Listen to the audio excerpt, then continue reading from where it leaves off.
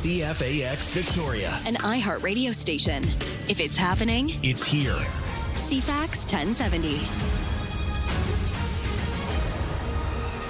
Good morning. It's 6 o'clock on Thursday, August 6th, and the weather is very stable, just like yesterday and the day before. We've got sunshine, highs of 25, and a little bit of smoke haze kind of up there somewhere. We'll get you the full forecast in just a moment.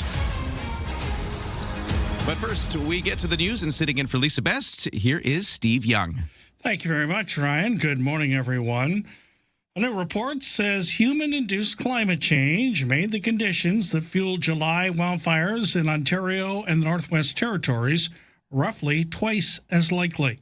Early estimates suggest this is the worst wildfire season on record in Ontario and in the Territories' top 10. In the World Weather Attribution Report, an international team of scientists says what used to be rare fire conditions are now more likely today due to climate change driven by the burning of fossil fuels. Early observations indicate the hot, dry, and windy conditions underlying fires in the Northwest Territories could now be expected to occur every 2 to 6 years. And every 6 to 15 years in Ontario.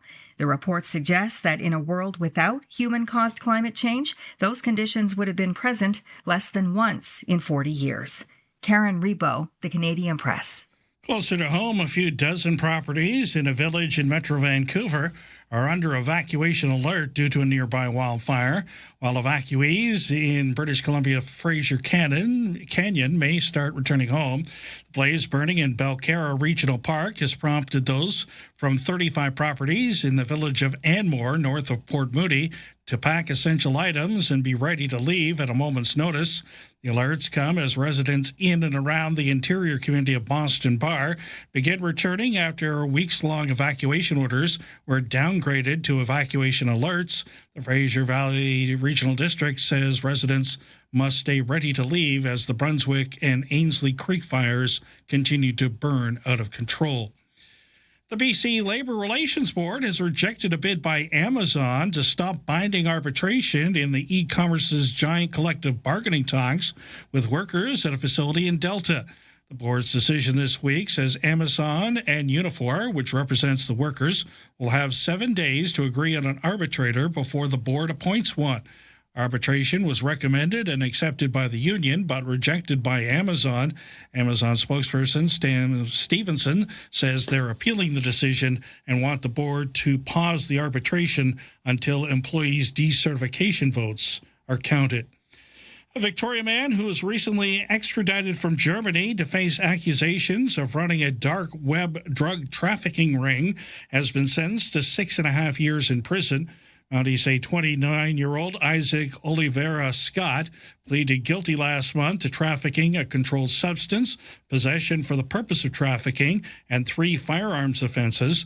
Police say the investigation began in December of 2022 when officers learned of a group distributing illegal drugs and counterfeit pills containing fentanyl across Canada by using cryptocurrency, the dark web, and Canada Post.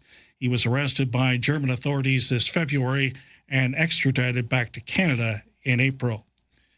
Canada's first Foreign Influence Transparency Commissioner says the new Foreign Influence Registry will build resilience against outside meddling in Canada's democracy. Anton Bogman says the biggest challenge he faces in the new role will be ensuring the public understands the new federal transparency framework he's tasked with overseeing. The new regime, the new system, will really help Canadians understand who's attempting to influence the political or government processes here in Canada, and with whom are they doing that? Anyone who has an arrangement to help a foreign power influence Canadian politics must register their activity with his office by October 3rd, or face fines between $250 to $1 million. Bogman officially started in the new role this week and says the office expects to eventually process around 2,000 registrations. Hannah Stoles, The Canadian Press. The union representing WestJet cabin crew has shared details of the tentative deal reached with the Calgary-based airline this week after that one-day strike. The Canadian Union of Public Employees says the deal includes a more than 18% wage hike over 3 years, as well as a new duty period premium that adds compensation for work done on the ground. It also includes increased time off and higher food and uniform allowances among other things. That's your news to 6:05.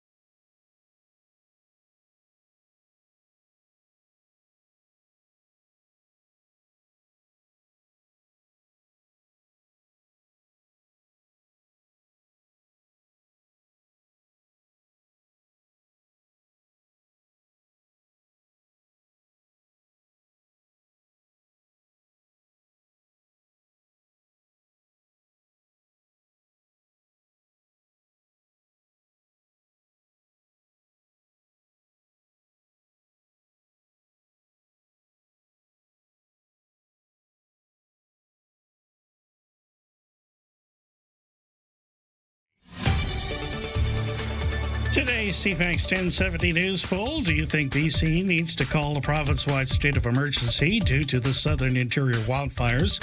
57% say yes, 43% say no. You can vote now at CFAX1070.com or on the iHeartRadio app.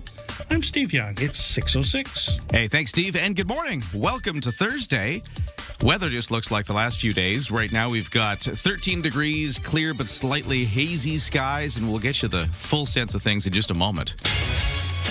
Right now, we want to give you the sports. Lots to talk about when it comes to local baseball. Let's start with the story of the two teams. We've got in Victoria, the Harbour Cats. In Nanaimo, we got the Night Owls. A couple of different stories here. For the Night Owls, well, they've clinched the playoff spots. Their regular season is over. They defeated the Kamloops North Paws 15-8 yesterday, and with that, they officially clinched the franchise's first ever playoff berth in the West Coast League. It cements their postseason position, sets up a first-round series against the Bellingham Bells. The Night Owls actually had that playoff clinching happen beyond them because there was another game with the Edmonton Riverhawks and the Bellingham Bells. With that, the result of that game, it actually gave them the playoff berth. But they had their win anyways yesterday. So the Night Owls, for the first time ever, moving on to the playoffs. The Victoria Harbour Cats will not be moving on. In fact, their final game of the regular season against the Wenatchee Apple Sox that was scheduled for yesterday got canceled due to wildfire smoke. But the team says the outcome of the game would have had no impact on the playoff seeding for any of the teams in the North Division. Wenatchee had already clinched the number one seed. Victoria was eliminated from playoff contention already. So the 2026 Harbour Cats season ends with a record of 26-26. Major League Baseball, Toronto Blue Jays with a 5-4 win over Houston in 10 innings. Seattle Mariners downed Detroit 4-2. And in the world of tennis, top-ranked Canadian Felix Auger-Aliassime has withdrawn from the National Bank Open with a back injury before his first match. The second-seeded Auger-Aliassime arrived in Montreal as one of the men's singles favorites.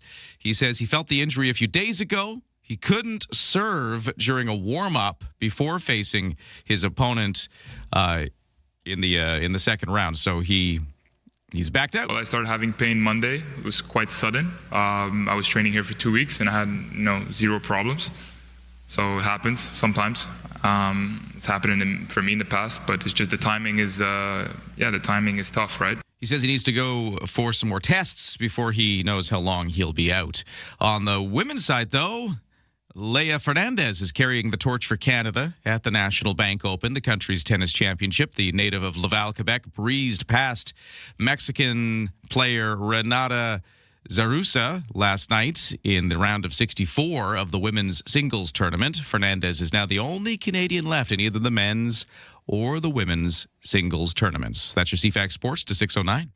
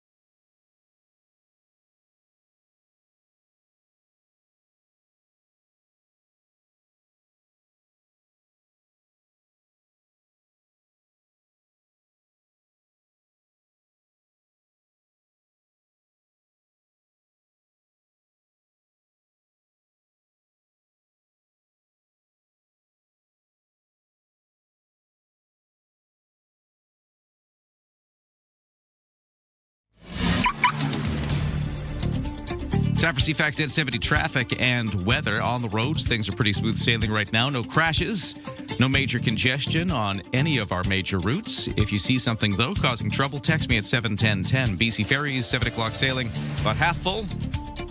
No sailing waits there. And in the weather forecast, it's a pretty easy one today. Just remember yesterday and the day before that, we got that again. Sunshine, little smoke haze, highs of 25, humidity making it feel a bit warmer. Clear skies tonight, lows down to 14. Tomorrow, sunshine, getting a little windier.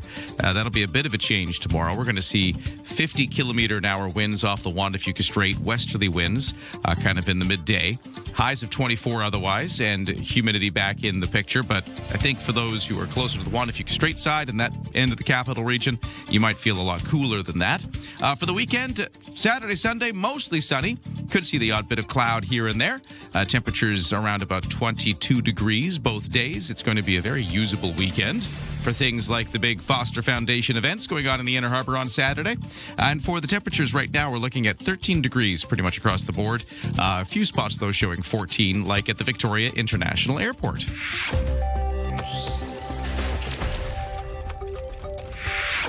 Business news, North American stock markets won't open until later this hour. So let's take a look at how yesterday closed up with Aaron Sousa. Canada's main stock index hit record highs yesterday. Toronto's S&P TSX climbed 344 points to 36,146. In New York, the Dow was up 263 points, while the Nasdaq slipped 221. Now in Tokyo this morning, the Nikkei dropped 617 points. The Hang Seng in Hong Kong fell 1.49%. Our dollar's early trading is around 71.36 cents US. The Union for WestJet's cabin crew is revealing details of its new tentative deal. It includes an 18% wage increase over 3 years and pay for ground duties. Members will vote on the deal soon. Prime Minister Mark Carney says Canada's stance toward the U.S. remains quite firm. This amid looming tariffs on Canadian imports. Carney says trade negotiations with Washington remain constructive. And France will soon ban unsolicited telemarketing calls. Exemptions include calls to existing customers or those who have given explicit consent. From the Canadian Press Business Desk, I'm Aaron Sousa.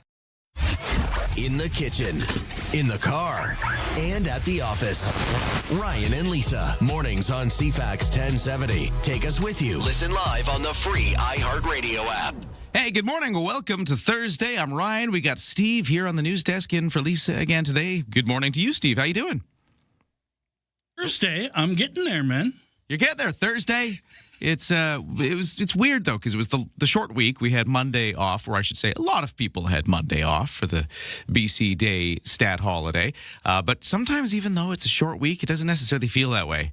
It feels like it should be Friday already. You know what I noticed today? Yeah. So it's been so I filled in for you for those 2 weeks. Yeah. Uh-huh. Then I did my regular job for a week, and then I'm doing this. Yeah. So when I first started working for you, it was still a little bit of daylight.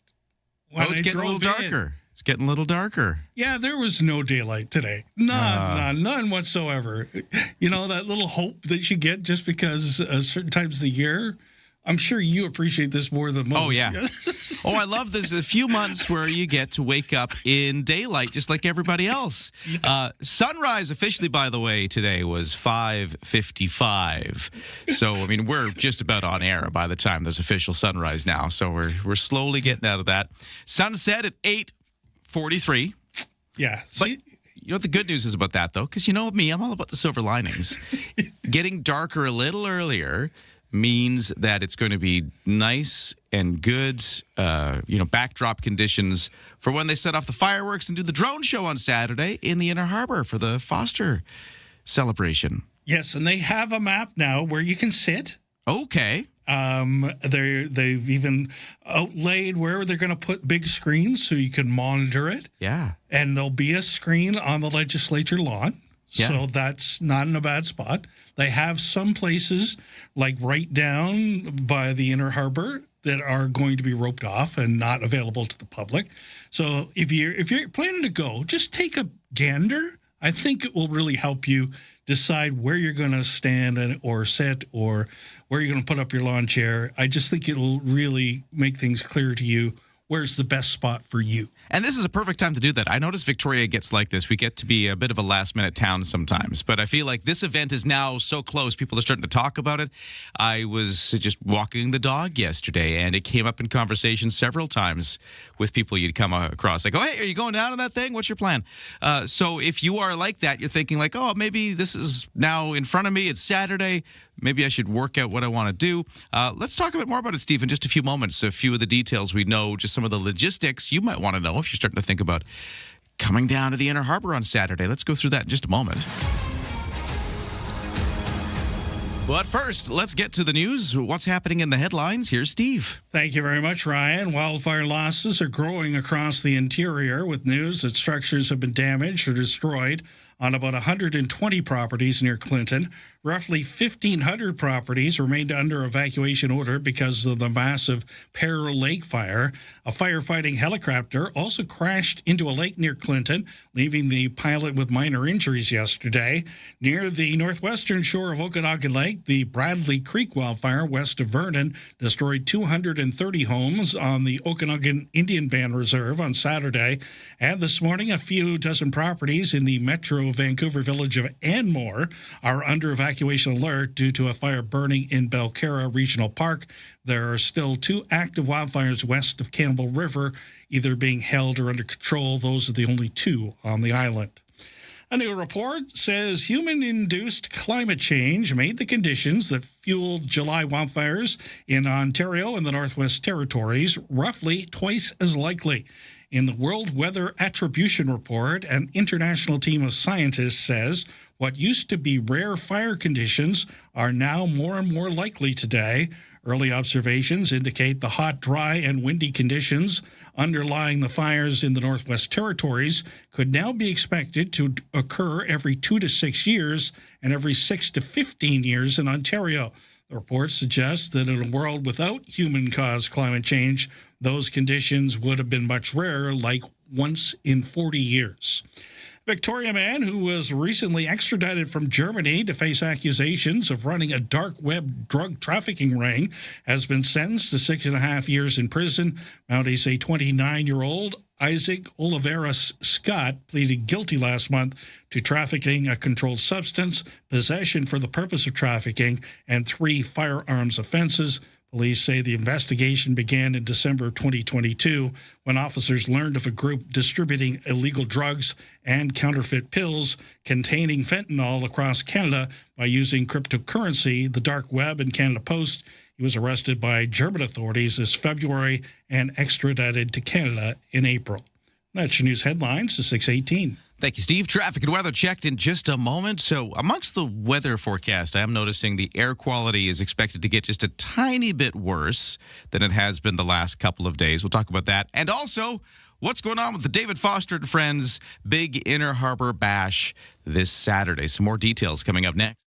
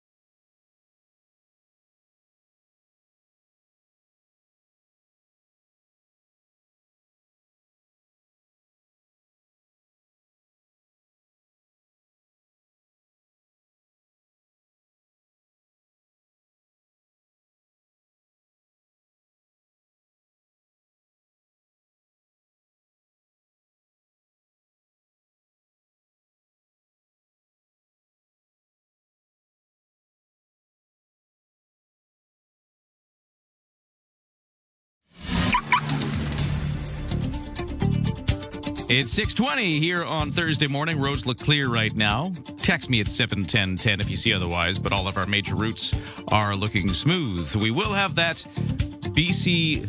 Fortis gas work on Langford Parkway near Langford Lake Road again. That's going to be going on for a couple of weeks, it looks like. So watch out for that. It's kicking up at 7 this morning. It's not there as of yet. For BC Ferries, no sailing waits. For the weather, same again. It's been a very similar week. Every day's sunny, but with some smoke haze. We've got highs of 25, feeling a little cooler off the Juan de Fuca Strait, but feeling warmer with some humidity if you're inland. This is the same picture again, just like the last couple of days. Tonight, clear skies, still a little hazy, lows to 14. And then tomorrow, mostly the same, except a little extra breeze. We're expecting wind to pick up to about 50 kilometers an hour off the Juan de Fuca Strait in the morning and in the afternoon tomorrow. But otherwise, a very similar forecast. And the weekend looks sunny too, with just a few clouds and temperatures up to about 22 degrees. Another thing, though, we do have that smoke haze. It might be slightly worse today, and we'll explain that in just a second. Right now, we're sitting at 14 degrees at the airport. Ryan and Lisa. Mornings on CFAX 1070. Remember, you have us in the palm of your hand. For listeners on the go, listen live on the free iHeartRadio app. Yeah, we'll talk about the Foster and Friends, including the Friday and the Saturday events in just a few moments. But let's just talk about air quality for a quick second, Steve. We were mentioning this yesterday in our discussion that we were still in the low-risk category, even though we saw that haze overhead.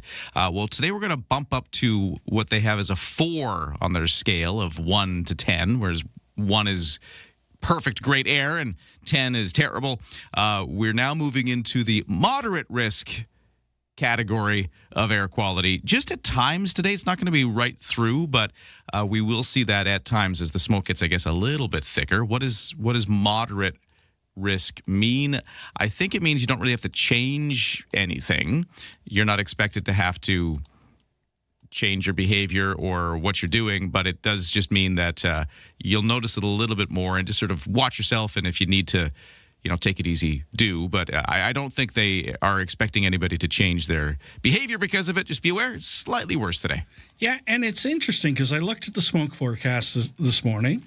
So around 10 o'clock, it's going to get pretty clear. And then 2 o'clock in the afternoon, sort of mid-afternoon, it circles back in. So it kind of comes and goes. Yeah, kind of.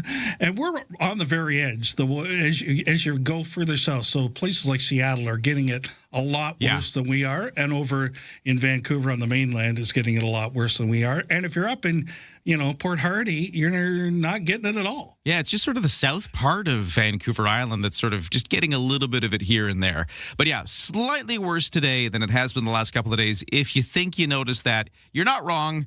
It is a 4 on the air quality index. Again, as they put it, what is it? You can carry on with your normal outdoor routines, but pay attention to minor symptoms like a sore throat or coughing. Stop your activity if your symptoms start. That's what they say a moderate risk means. That's according to Environment Canada.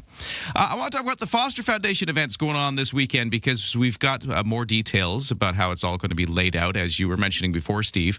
The gala is on Friday. They'll have the big red carpet out to the conference center. All of the stars will be arriving. You got Mr. Nickelback, Chad Kroeger, and Adam Levine. We learned that they're coming, but a bunch of other folks will be there too. But then the free public event, after they've raised all their money at the gala on Friday, the free public event on Saturday, I think is a lot of people interested because you can just go down. There's no need to pay. There's no ticket.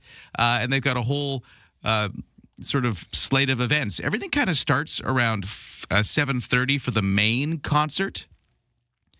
And then at 10 o'clock in the evening, they got the 400 drone light show with a grand fireworks finale.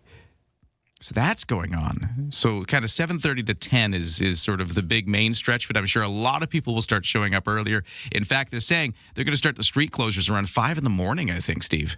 Yeah, actually, they're actually starting them on Friday at 5 a.m. So Friday at 5 a.m. Oh, I see. Yeah, so Belleville Street from Menzies to Government will be closed from 5 a.m. Friday till noon on Sunday. On Saturday, Belleville Street between Menzies and Government will remain closed, and additional closures will be in effect along Belleville Street through Douglas Street and on Government Street between Humboldt and Superior. So if you're planning to just drive around the Inner Harbor area this weekend, maybe don't, or try to avoid at least luck with that. The main stretch. Yeah, because it's going to be a hive of activity all weekend. Now, you might be thinking, okay, Inner Harbor, where do I go? Where would be a good place to see all this? Well, you might actually, if you watch CTV Vancouver Island, our simulcast of the radio show, at times we have this harbor cam shot that comes up, and we've occasionally been able to zero in on the barge itself. So they got a barge, just like the Symphony Splash would have, out in the harbor that will be where the stage is, and then there's a second barge where the fireworks will come out of. So looking at the harbor is where you want to be. So they say some of the main viewing areas include the legislature lawns. So that's a good place to go. I mean, obviously the causeway is pretty good. But you were saying earlier that if you're feeling a little far away, they're actually setting up big old LED screens along, was it Belleville Street is one of the spots, and Government Street? On Belleville. There's two of them, actually. Yeah. One on each side of the Legislative Assembly lawn. Okay. And they've got a little map on the David Foster Foundation website. That's at davidfosterfoundation.com. And if you go to events and then click on that, you can see there's a reserved viewing area. There is all these green zones. They've got food trucks set up.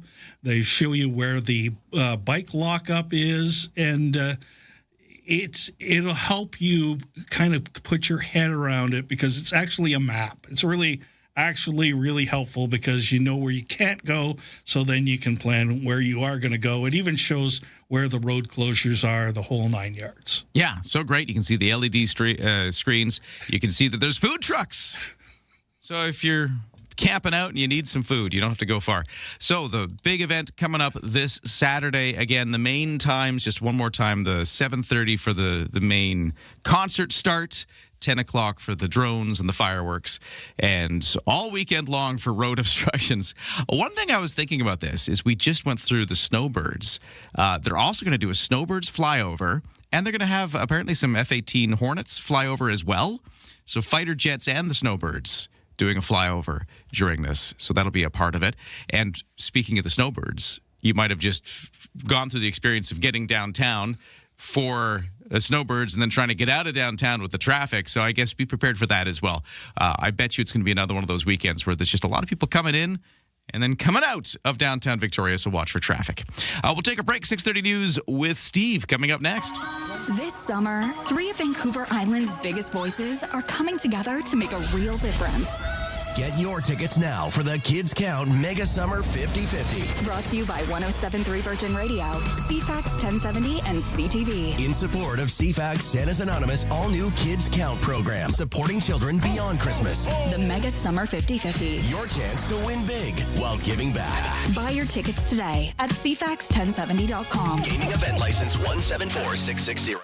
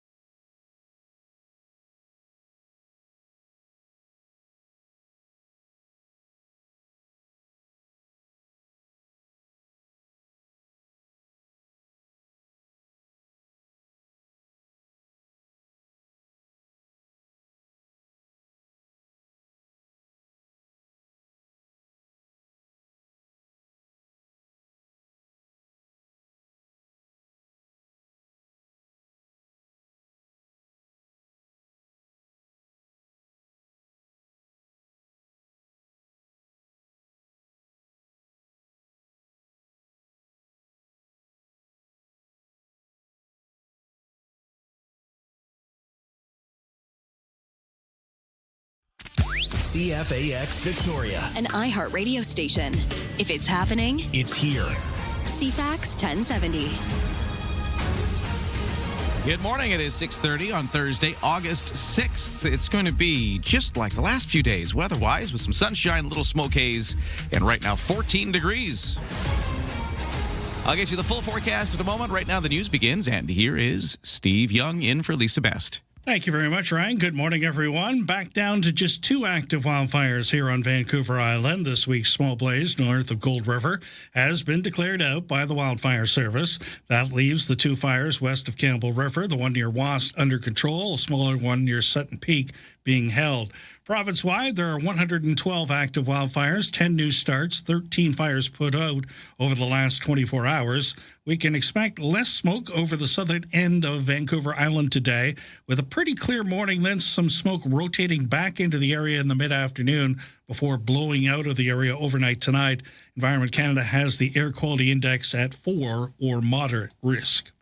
Few dozen properties in a village in Metro Vancouver are under evacuation alert this morning due to a wildfire. The blaze burning in Belcarra Regional Park has residents from 35 properties in the village of Anmore packing essential items and ready to leave at a moment's notice.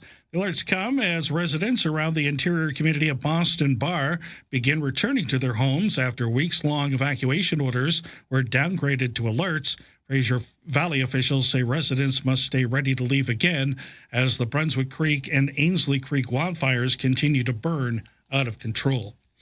WestJet's Flight Attendants Union is sharing details of that tentative deal with the airline after the one-day strike. The WestJet component of the Canadian Union of Public Employees posted the details online on Wednesday. It says the deal includes a more than 18% wage hike over 3 years, as well as a new duty period premium that adds compensation for work done on the ground. It also includes increased time off and higher food and uniform allowances, among other things. WestJet flights across much of Canada were grounded this past weekend before 4,400 flight attendants walked off the job Sunday. Both sides reached a deal early Monday. Union members are to vote on the deal soon. Aaron Sousa, The Canadian Press. A Victoria man who was recently extradited from Germany to face accusations of running a dark web drug trafficking ring has been sentenced to 6.5 years in prison after pleading guilty to 5 charges. RCMP say 29-year-old Isaac Oliveira Scott pled guilty last month to trafficking a controlled substance, possession for the purpose of trafficking, and 3 firearms offenses. Police say their investigation started in December of 2022 when officers learned of a group distributing illegal drugs and counterfeit pills containing fentanyl across Canada by using cryptocurrency, the dark web, and Canada Post. Oliveira Scott was arrested in February of 2024 after investigators seized stolen firearms, drugs, fraudulent ID documents, and cash from a home on the Lower Mainland. He was released and then left Canada in May of 2025 before charges were laid, resulting in a Canada-wide warrant and an Interpol red notice. He was arrested by German authorities in February and extradited back to Canada on April 1st before being sentenced in BC Supreme Court in Vancouver. Prime Minister Mark Carney says Canada's support for the International Criminal Court is unequivocal as Washington vows to dismantle the institution. Carney made the remark during an unrelated news conference in Toronto yesterday. Canada is a proud member of the International Criminal Court. We support it with funding, we support it with personnel, we support it with our values, we support it with our actions. And we will continue to do so. It provides an essential service in a world that is more dangerous, more divided. In fact, in many respects, its responsibilities are ever greater. But Carney did not explain why his government has offered no public criticism of U.S. President Donald Trump's sanctioning of Winnipeg-born ICC Judge Kimberly Prost. Trump sanctioned Prost last August over her work on a case involving American troops in Afghanistan, a move France criticized, but so far Canada has not. And that's your news to 6:35.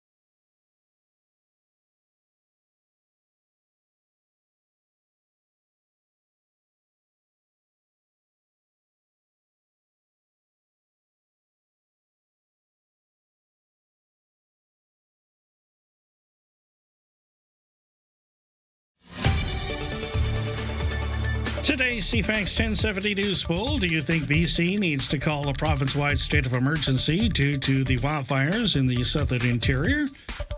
Close to a 50-50 split so far. You can vote now at CFAX1070.com or on the iHeartRadio app. It's 6:36. Thank you, Steve. Hey, we've got more sunshine, but also more smoke haze in the forecast. 14 degrees right now. Full weather to come right now. Over to the sports, and let's talk tennis right off the top. Top-ranked Canadian Felix Auger-Aliassime has withdrawn from the National Bank Open with a back injury before his first match even happened. The second-seeded Auger-Aliassime arrived in Montreal as one of the men's singles favorites, but he had felt an injury a few days before, and he says he's going to have to pull out. So he's done. That means Canada's Leylah Fernandez is the only Canadian left on either the men's or women's side. Into the third round at the National Bank Open Tennis Tournament in Toronto, the 23-year-old topped Mexico's Renata Zarazua in straight sets to advance. It really means a lot to me to be playing at home in front of a full crowd. It was super exciting to walk on court. A little bit nerve-wracking, but happy that I was able to manage those nerves. So that's in the tennis. In the baseball, we have the Victoria Harbour Cats done for the season, but the Nanaimo Night Owls are moving on. Let's talk Nanaimo first. They defeated Kamloops 15-8 yesterday. They also saw the Edmonton and Bellingham game go the right direction, all to help them clinch a playoff spot. And it's the first time they'll move on in the playoffs in the West Coast League in their franchise history. So that is what's happening with the Night Owls. Now, for Victoria Harbour Cats, they kind of had a bit of a, quiet end to their season. Their game last night against Wenatchee was canceled again because of wildfire smoke in Washington State. So that's the last two regular season games for the Harbour Cats got canceled on the road. They say, though, in a statement, it wouldn't have affected the outcome of the playoff seeding at all for the North Division. Wenatchee had already clinched the number one seed, and in the end, Victoria was eliminated from playoff contention. So that's it for the Harbour Cats. In Major League Baseball, Toronto Blue Jays with a win in 10 innings over Houston 5-4. Seattle Mariners down Detroit 4-2. And that is your CFAX Sports to 638.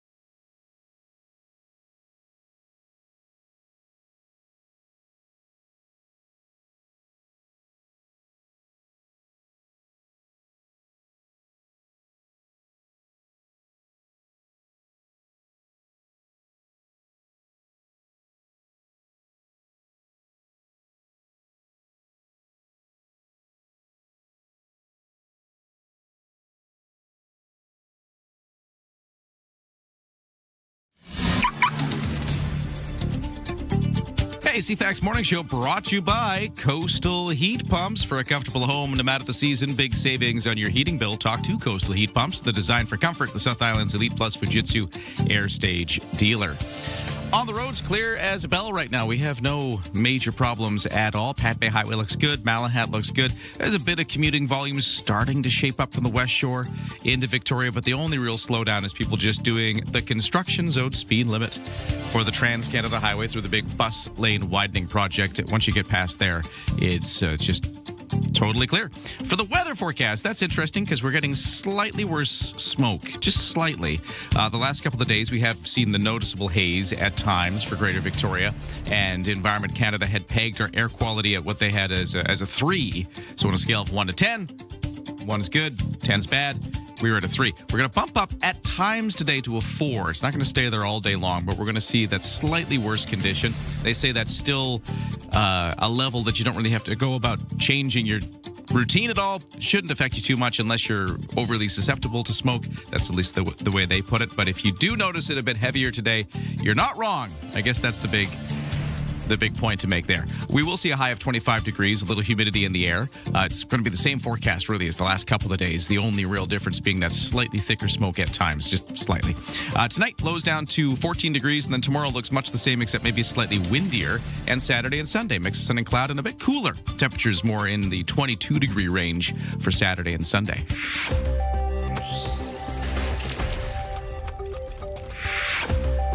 Well, the North American stock markets have just opened. Opening bells are just ringing. We don't have any results from the day yet, so let's take a look at how yesterday closed. S&P TSX is up, or was up at the end of the day, 344 to reach a new record at 36,146.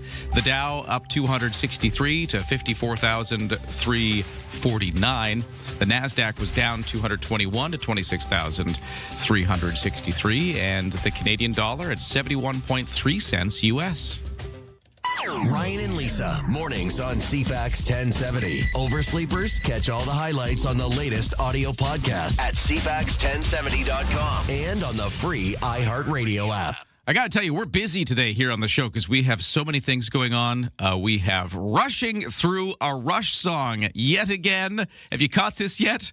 Coming up just after the 8 o'clock news, sports, weather, and all of your information, we are going to take a random caller who will be played a Rush song at double speed as we rush through a Rush song.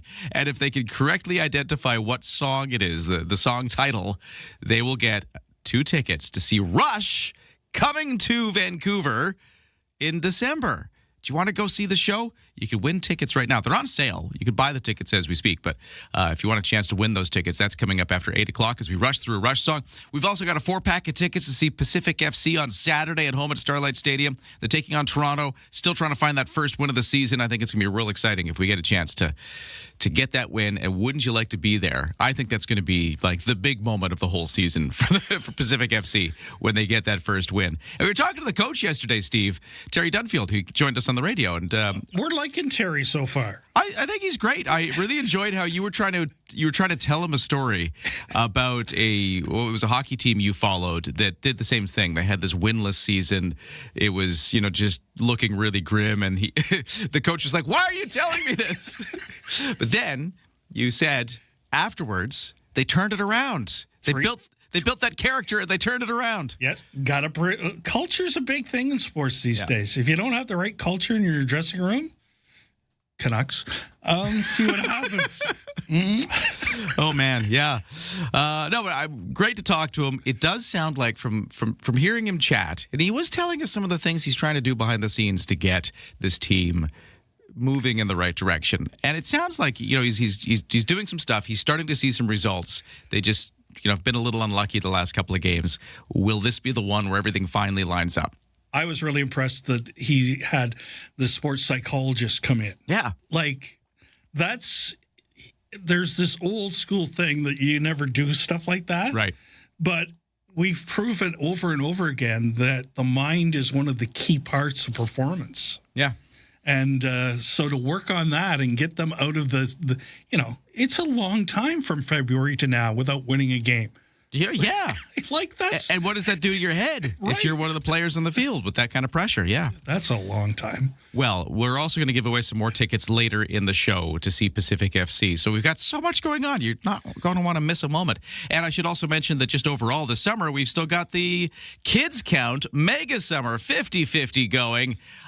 I think sometime during the show, we might break the $13,000 mark because right now we're at $12,000, $865 for this 50-50 jackpot.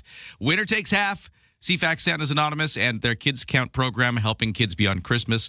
They take the other half to help do good things in the community. If you want to find out more, go to CFAX1070.com. Click on the big Kids Count Mega Summer 50-50 button.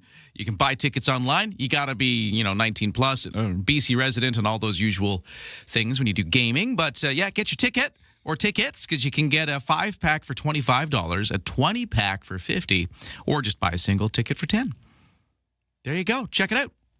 Because that jackpot, I bet you, hits $13,000 by the end of the show. It's time for sports, but Texter just wanted to join the conversation here about the Canucks there, Steve. You made a little quip about them. Texter says, come on, Steve, you can't make culture Canucks jokes when your team just traded away Brady. That's true. And one of the things that came to light as a result of the trading away is that there was dressing room discontent in Ottawa as well. Yeah? Because after, you remember the Four Nations Cup and that fight right off the first whistle?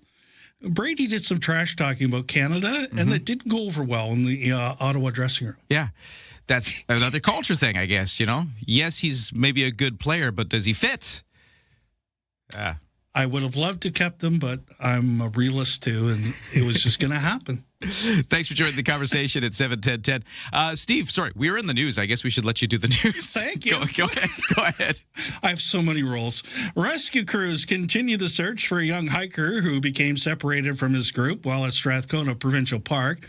Comox Valley Search and Rescue says the 25-year-old man was in the area of Paradise Meadows when he went missing on Monday. A search later that day did not turn up the man, and crews are continuing their efforts while asking for anyone who may have seen the missing person to contact the RCMP. Personnel, including those from North Shore Rescue in Metro Vancouver, have been sent in to aid with the search. BC Hydro is buying the Island Generation Power Plant in Campbell River to help strengthen electricity reliability on the island as demand continues to grow here. The natural gas facility produces 275 megawatts and is typically used during periods of peak demand, operating about 15 days a year over the past 5 years. Energy Minister Adrian Dix says the purchase supports the province's long-term plan to expand clean electricity while ensuring dependable backup power remains available. The minister will join Ryan later on in the program. This is sad. This year will be the last year that the Richmond Night Market operates in the city. I was reading that. It's such an event, and I'm really sad to hear that, at least in its current location, it's winding up. Yeah. It marks the end of one of North America's iconic summer events. Market founder Raymond Chung says in a statement that running the night market for the past 26 years has been the most rewarding. He says the decision comes as the market's lease ended this year.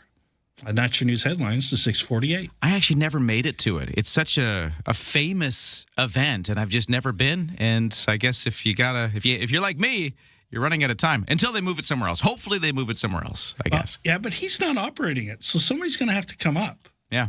It's actually, I have never been either, but all the things, the foodie things of the pictures of various foods, it's very intriguing. Well, and I'm a food guy, and that's one of the things I think is delightful about it is just all the crazy street food offerings you can find. At least the social media tells me that. You're right, as you scroll through your social media and you see everybody posting about the Richmond Night Market. Anyways, what's going on the show next? We're going to be talking fires. As wildfires continue to rage in BC and beyond, the Canadian Red Cross has launched a campaign aimed at supporting people in the province affected by them in the form of direct assistance and relief, along with future community preparedness efforts. We're going to be joined by the Red Cross to talk about what they're up to when it comes to wildfires next. From CFAX 1070. Here's what's happening around the island. Victoria Symphony presents Symphony in the Summer Festival, July 10th through August 9th. Details at victoriasymphony.ca. Catch all the excitement of summer baseball with the Victoria Harbour Cats. More info at harbourcats.com. Have an event you want featured on CFAX 1070? Text us at 71010 to be featured. Get more event info at CFAX1070.com. If it's happening, it's here. CFAX 1070.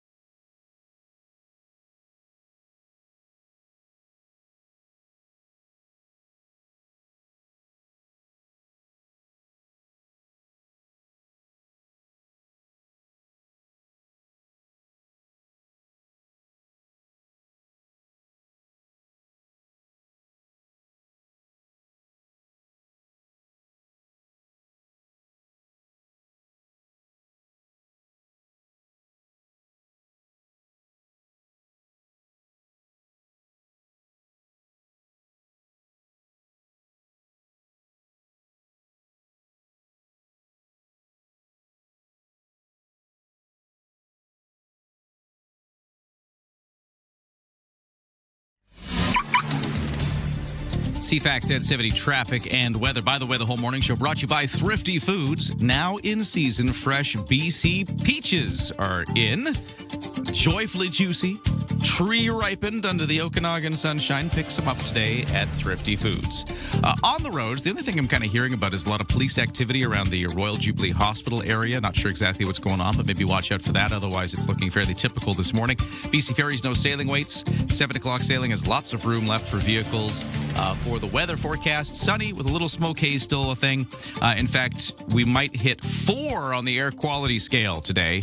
So getting slightly worse at times. They're still saying that's a moderate health risk. It's not enough to really change your day-to-day routine. Just if you're noticing the smoke seems a little thicker at times today, you won't be wrong. It looks like that's going to be the case. Otherwise, the weather forecast looks exactly like yesterday and the day before. Friday's very similar, except it might be a bit windier. And then Saturday, Sunday, a little bit cooler, but still warm. We'll have highs of 22 degrees. Mix of sun and cloud for Saturday, Sunday. And right now it is 14.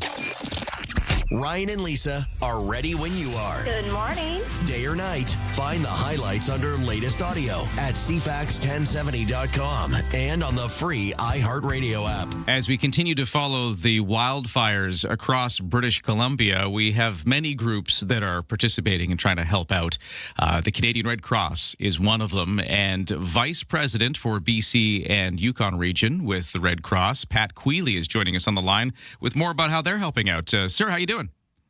Good morning, Ryan. Doing well, thanks. How are you? I'm doing all right. So whereabouts are you actually? You physically yourself, because you're right there in the thick of it, aren't you? Yeah, Ryan. I just got in late last night into Kelowna, and I'm on my way up to Vernon to link in with our partners in local government and First Nations. Gotcha. And what kind of stuff are you seeing this season? It started off relatively slow, frankly, but we've seen a lot of intensity in the last few weeks across the province. It's been incredible. We've been involved all across the various impacted areas, right from the Fraser Canyon, East Kootenays, up in Clinton, and now most recently here responding to the fires in around the Bradley Creek area in Vernon. Yeah, so you got those. Yeah.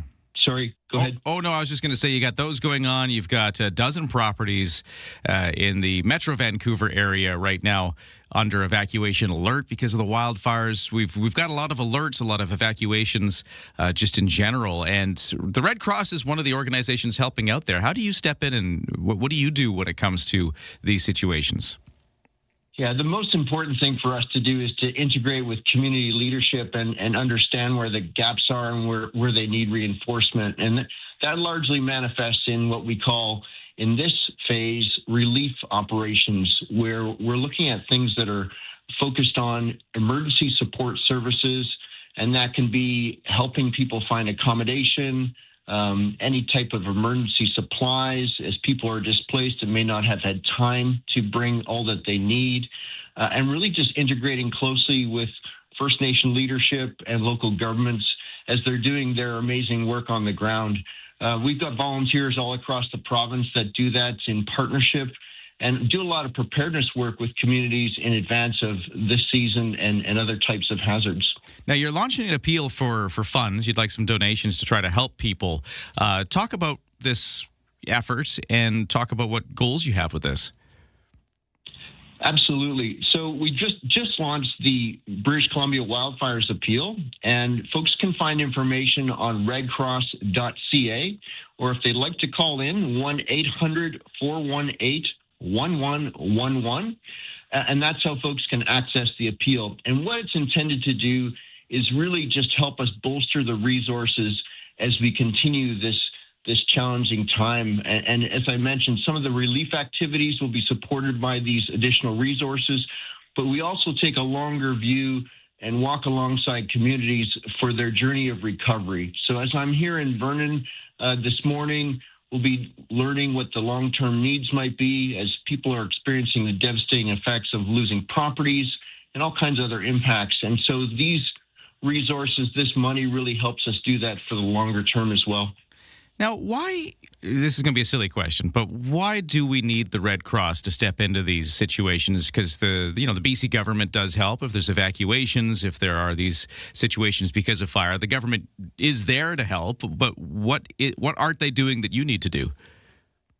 I look at it from the perspective of the unique skill set and the expertise that the Red Cross brings. We're an international organization that does relief and recovery operations and resilience building around the world. And so we look to reinforce and support all levels of government and people in their households based on those abilities. And we are often in partnership with levels of government to help them do those things. In fact, right now, at the request of the BC government, we've set up a shelter in Prince George in terms of being able to receive any folks who've been evacuated up into that area. So it's really a large system and ecosystem, and organizations like the Red Cross particularly are integral to that system. And frankly, we're relied on for our expertise to reinforce. Lots of great work being done by all kinds of folks from different organizations. Well, as we talk about BC's wildfires and the evacuations that keep happening because of them, there you go, the Canadian Red Cross right in there along with the BC government trying to help out. And they're also launching this appeal for funding and for support as they get in there. We're talking to their Vice President for BC and Yukon, Pat Quealy. Thank you so much for joining us and talking to us today. I'll let you go because, like you said, you're on the move. You're heading to some of these locations right now, and I'll let you get back to it. But thanks for the update today. Thanks so much, Ryan. Stay well. All right, we'll take a quick break because we've got your 7 o'clock news coming up next. Steve Young with the top stories of the day. We then have your traffic, weather, sports, everything you need to know to get this day going. And at some point, we'll be giving away a 4-pack of tickets to see Pacific FC this weekend. And in the 8 o'clock hour, we'll be playing Rushing Through a Rush song. Your chance to win Rush tickets. It's all coming up.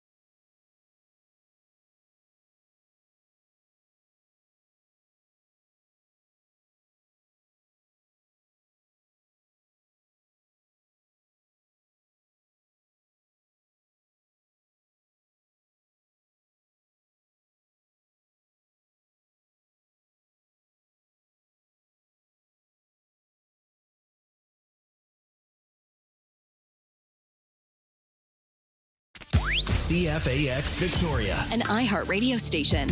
If it's happening, it's here. CFAX 1070. Good morning, 7 o'clock on Thursday, August the 6th. We've got more sunshine, more smoke haze in the forecast. And right now at the Victoria International Airport, 14 degrees is the temperature.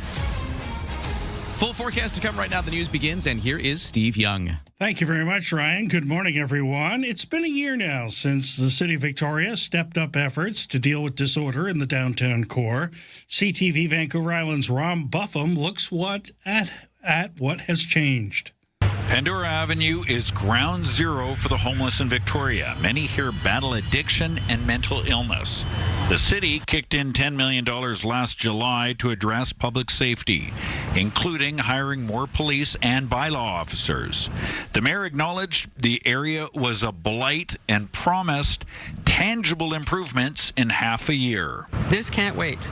In 6 months, you'll see a difference. More than a year later, many say it looks no better. The mayor acknowledges a lot of work is left to do and says the province needs to step up.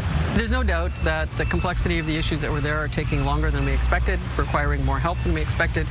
Downtown stores we spoke with last year, the victims of vandalism, say nothing's improved. The Downtown Victoria Business Association welcomed the city's efforts and agrees blame for the lack of progress falls at the feet of the NDP government and a lack of funding for treatment and housing supports provincial jurisdiction. A few dozen properties in a village in the Metro Vancouver area under evacuation alert today due to a new nearby wildfire, while evacuees in BC's Fraser Canyon may be returning home. The blaze burning in Belcarra Regional Park has prompted those from 35 properties in the village of Anmore, north of Port Moody, to pack essential items and be ready to leave at a moment's notice. The alerts come as residents in and around the interior community of Boston Bar began returning after weeks-long evacuation orders were downgraded to evacuation alerts. The Fraser Valley Regional District says residents must stay ready to leave as the Brunswick Creek and Ainsley Creek wildfires continue to burn out of control. A Victoria man who was recently extradited from Germany to face accusations of running a dark web drug trafficking ring has been sentenced to 6.5 years in prison. Authorities say 29-year-old Isaac Oliveira Scott pled guilty last month to trafficking in controlled substance, possession for the purpose of trafficking, and 3 firearms offenses. Police say the investigation began in December of 2022 when officers learned of a group distributing illegal drugs and counterfeit pills containing fentanyl across Canada by using cryptocurrency, the dark web, and Canada Post. He was arrested by German authorities this February and extradited to Canada in April. The Senate has voted to hold Dr. Anthony Fauci in contempt of Congress. The vote by the U.S. Senate Homeland Security and Governmental Affairs Committee comes after the former White House advisor invoked the Fifth Amendment more than 100 times in a hearing last week about the COVID-19 pandemic. Fauci refused to answer questions, saying he thinks committee chair and Republican Senator Rand Paul wants to see him behind bars and is obsessed with him. Paul accuses Fauci of covering up COVID's origins and unnecessarily closing schools. A vigil was held outside Calgary City Hall last night for an 11-year-old autistic boy who was found dead inside water pipes a week earlier. Parker's disappearance from Northside Day Home last month prompted a massive 2-week search that included blasting Disney music in hopes of drawing him out from any makeshift shelter. His parents recorded a message for the vigil. We have a special thank you to one of the searchers, Ashley, who found one of his shoes and alerted CPS. Again, we want to thank the Calgary Fire Department. You guys risked your lives to locate her son. It was in a low oxygen environment. He went in there and he brought him home for us. We're deeply grateful for that. Police Chief Katie McClellan told those gathered at the vigil that the search was filled with deeply human acts of kindness. Mayor Jeremy Farkas, fighting back tears, says a tragedy like this shakes the city and that Calgary is hurting together. That's news to 7:05.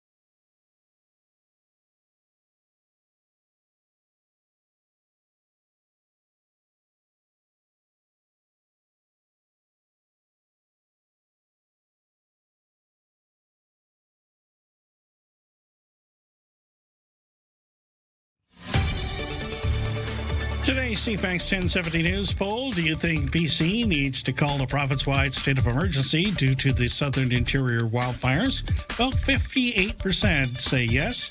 You can vote now at CFAX1070.com or on the iHeartRadio app. It's 7:06. Thank you, Steve. We've got sunshine, but some smoke haze as the forecast for today. Right now, 14 degrees. Full forecast to come right now over to the sports, where in local baseball, the Victoria Harper Cats are done for the season. They won't be moving on to the playoffs, but the Nanaimo Night Owls are, and it's their first time ever in their franchise history moving on to the West Coast League playoffs. They cemented their win a couple of ways. Night Owls defeating the Kamloops North Paws yesterday 15-8, but they also had help in a different game. Edmonton dropping their final game to the Bellingham Bells also took place last night, and with that, the math worked out for the Night Owls that they'd get to move on. But for the Harbour Cats, kind of went out with a whimper because their last two games of the season were canceled because of wildfire smoke, including last night's game that would have been against the Wenatchee Apple Sox on the road in Washington State, where the air quality has been quite a bit worse. The Harper Cats say that neither of those games would have made any difference to the playoff seeding. The Harper Cats were out, and the Wenatchee Apple Sox had already clinched number one seed. So the Harper Cats end their season with a record of 26-26. In Major League Baseball, Toronto Blue Jays beating Houston 5-4 in 10 innings. Seattle Mariners defeating Detroit 4-2. And in the world of tennis, Leylah Fernandez has to carry the torch for Canada at the National Bank Open, the country's tennis championship. The native of Laval, Quebec, breezed past Mexico's Renata Zaragoza last night in the round of 64 of the women's singles tournament. Fernandez is now the only Canadian left in either the men's or the women's singles events. This after top-ranked Canadian Felix Auger-Aliassime withdrew with a back injury before he even had his first match. He says he first felt the injury a few days ago when he was doing a warm-up and couldn't serve. Well, I started having pain Monday. It was quite sudden. I was training here for 2 weeks and I had zero problems. So it happens sometimes. It's happened for me in the past, but it's just the timing is tough, right? He says he's going to need to go for some more testing before he knows exactly what's up and how long he'll be out. That's your CFAX Sports to 7:09.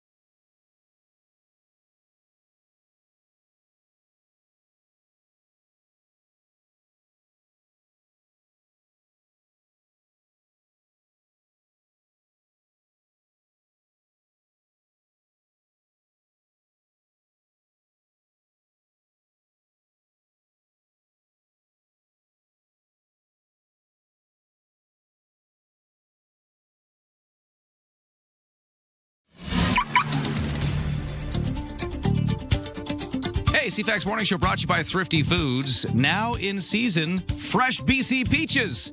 Joyfully juicy, tree ripened under the Okanagan sunshine. Picks them up today at Thrifty Foods. What's going on the roads? Well, not much right now. It's looking pretty clear out there. If you see otherwise, you can text me at 71010. But yeah, the West Shore commute has been lighter than usual. And the rest of our major routes, Pat Bay Highway, Malahat, and so on, looking pretty clear. We will have the I keep saying BC Hydro. It's Fortis BC, the gas main work on Langford Parkway at Langford Lake Road. That'll be happening again throughout the day today up until 7 p.m. Watch out for periodic obstructions there.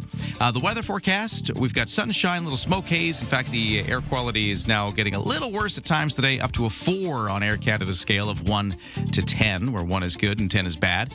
4 is what they call a moderate risk. And then for the temperatures, we're going to see the same thing again as the last few days. Highs of about 25, but feeling a little more humid with some humidity in the air, but also feeling cooler if you're by the Wandafuke Strait with the wind blowing. So that same temperature situation we've been in for the last couple of days is playing out again today. It sounds like it's the same again tomorrow with just a little extra wind, a little breezier off the Wandafuke Strait for our Friday. Saturday and Sunday, mix of sun and cloud, temperatures around about 22 degrees. Getting our first look at the markets, S&P TSX in Toronto up 30 points to start the day at 36,176, continuing in some record territory. For the Dow Jones in New York, it's down 46 to 54,302. The NASDAQ is up 54 to 26,417. Canadian dollar at 71.3 cents U.S. Ryan and Lisa, mornings on CFAX 1070. And Lisa's off this week. Steve is sitting in, but she's still there in spirit because she just texted me. I know. Yeah. She's a big fan of Jimothy the raccoon thing in Seattle is what she's a big fan of. She's reminding us that last night for the Seattle Mariners baseball team, they did their Jimothy night. Now, you're up on Jimothy, right, Steve? Yes, I am. Because this all happened while I was away on vacation, so I had to be educated about this oddly shaped raccoon. Spine issue, yes. It has spine issues, so it looks like, I don't know, it looks like a ball with legs and fur. And it's called Jimothy, and it's sparked an internet sensation. And last night, the Seattle Mariners did their Jimothy night. Yes, they've had a fair amount of Jimothy selling tickets through Jimothy going on. And you know what? I checked the crowd last night at the Mariners game. I watched a little bit of it last night. There's a lot of people at Jimothy night. Well, and they also were doing T-shirts. So if you bought a ticket, you got an exclusive Jimothy T-shirt. There you go. And then the thing that Lisa just texted us was they also had a cocktail. The cocktail was called the Trash Panda, and you got it in a trash can. So it looked like a municipal garbage can, you know, like the ones you wheel out to the curb for the garbage truck to come and collect. And then there was like a little raccoon tail hanging off the side of it. That was the cocktail you could get at T-Mobile Park yesterday. Good news, though. Okay, There's what's the good news? Jimothy ticket special coming up with a different design on the T-shirt. Oh, okay. This is tomorrow night. Oh, so there's still time. You could go to the second Jimothy night. I think this is a better T-shirt. I think they took a little more time. Okay. Designing this one. The second. They've worked in the Mariners logo on it. So it's Jim, and they put the Mariners logo for the O, and then E, and then it's got a picture, like you said, of a raccoon with a ball body on it and a Mariners hat. So they've been working this. They're working this. They know their audience. And, you know, not everybody's a core baseball fan. Some people just like going out because it's a very calm, and we'll talk about this more with Jim Swanson. It's a calmer way to enjoy an evening. I love a baseball game. The Harbor Cats put on a great evening. You're just hanging out. You got the food trucks, get a beer, enjoy the sunshine. Sometimes there's fireworks. And then there's a baseball game. Like, you don't have to be a hardcore baseball fan to enjoy a day at the ballpark. I think baseball's one of the sports amongst all, or maybe above all the others, that really puts on just a good hang, if that makes any sense. Oh, Lisa just texted again. She says a real raccoon was spotted in the rafters last night at the game. Jimothy the raccoon was continuing there in spirit as well. Yeah, continuing to make the news. You just mentioned Jim Swanson. Yeah, the managing partner for both the Victoria Harper Cats and the Nanaimo Night Owls is going to be joining us on the radio in just a moment, because in local baseball, we may not have a tiny misshapen raccoon, but we do have some exciting playoff news for the Nanaimo Night Owls. They're going for the first time ever to the playoffs. For the Harper Cats, though, They got smoked out last night. They couldn't play their last game of the season, and they will not be moving on to the postseason. So Friday, the Night Owls will be in action against Bellingham. Okay. Game number 1 of the series. It's coming up fast. So I'm sure Jim will sell you a ticket if you wish. Well, and, you know, the Night Owl, is it the same? You know, can you get the most out of the owl as you can out of the raccoon? We'll ask him that, you know. The other thing was, in the clinching game last night, when they played Kamloops, they were wearing the special jerseys with the Nanaimo bar on it. Oh, good. Remember those? Yes. Remember the yellow ones with Yeah, the yeah. Nanaimo bar? That's the jerseys they were wearing last night. Well, does that mean you got to wear that for good luck now? I wonder if the players had something to do with that. We'll have to ask Jim that question because sometimes the players say, hey, we do better in this uniform. Let's wear this one. So they had to win last night to clinch a spot. Yeah. And they went to the yellow Nanaimo bar. That's the go-to jersey. All right. Hey, it's 7:16, time for the news. Oh, texter at 71010, Steve, though, says this. Jimothy reminds me of Danny DeVito hunched over. That's the perfect way. Imagine a raccoon Danny DeVito. If you haven't seen Jimothy, now you've got it. Texter, you've nailed it. That was really well done. Well done. I'm going to giggle about that for a while. Just to throw you off as you get into the news. But yeah, take it away. What's in the news? Yeah, now I have to do depressing stuff. Thank you so much. Anyway, wildfire losses growing across the interior with news that structures have been damaged or destroyed on about 120 properties near Clinton. Roughly 1,500 properties remain under evacuation order because of the massive Pear Lake fire. A firefighting helicopter also crashed into a lake near Clinton, leaving the pilot with minor injuries. Near the northwestern shore of Okanagan Lake, the Bradley Creek wildfire west of Vernon destroyed 230 homes on the Okanagan Indian Band Reserve on Saturday. And this morning, a few dozen properties in the Metro Vancouver village of Anmore are under evacuation alert due to a fire burning in Belcarra Regional Park. There are still 2 active wildfires west of Campbell River, either being held or under control. Those are the only ones left here on Vancouver Island. BC Hydro buying the Island Generation Power Plant in Campbell River to help strengthen electricity reliability on the island as demand continues to grow. The natural gas facility produces 275 megawatts and is typically used during peak periods of demand, operating about 15 days per year over the last 5 years. Energy Minister Adrian Dix, who will join Ryan later in the program, says the purchase supports the province's long-term plan to expand clean electricity while ensuring dependable backup power is still in place. And the District of Oak Bay is asking homeowners to help with this year's fall deer population management program. In partnership with Herd Wildlife Management, veterinarians will administer immunocontraceptive to female deer from early September through the end of October. Because deer often move through residential areas, Oak Bay is asking property owners to allow trained wildlife staff to access private property to safely vaccinate the animals. We'll have the mayor of Oak Bay to talk about that later in the program as well. That's your news headlines at 7:18. We're going to talk baseball with Jim Swanson. He's with both the Victoria Harbour Cats and the Nanaimo Night Owls, who will make it to the playoffs for the first time in their history. We're going to talk about it next.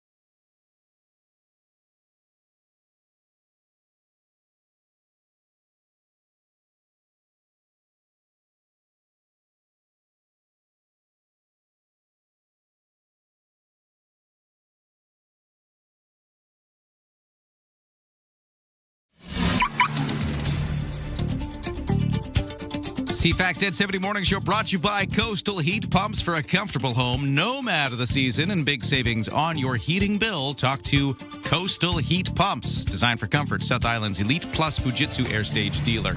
Texter at 71010 telling me that it is 13.5 degrees in beautiful Mill Bay, a bit smoky with the sun trying to break through. Yeah, that sounds like the conditions for a lot of the South Island right now. Smoke haze in the air again today, otherwise sunny. Temperatures eventually getting to 25, but yeah, about 14 degrees-ish is what we're seeing across the board.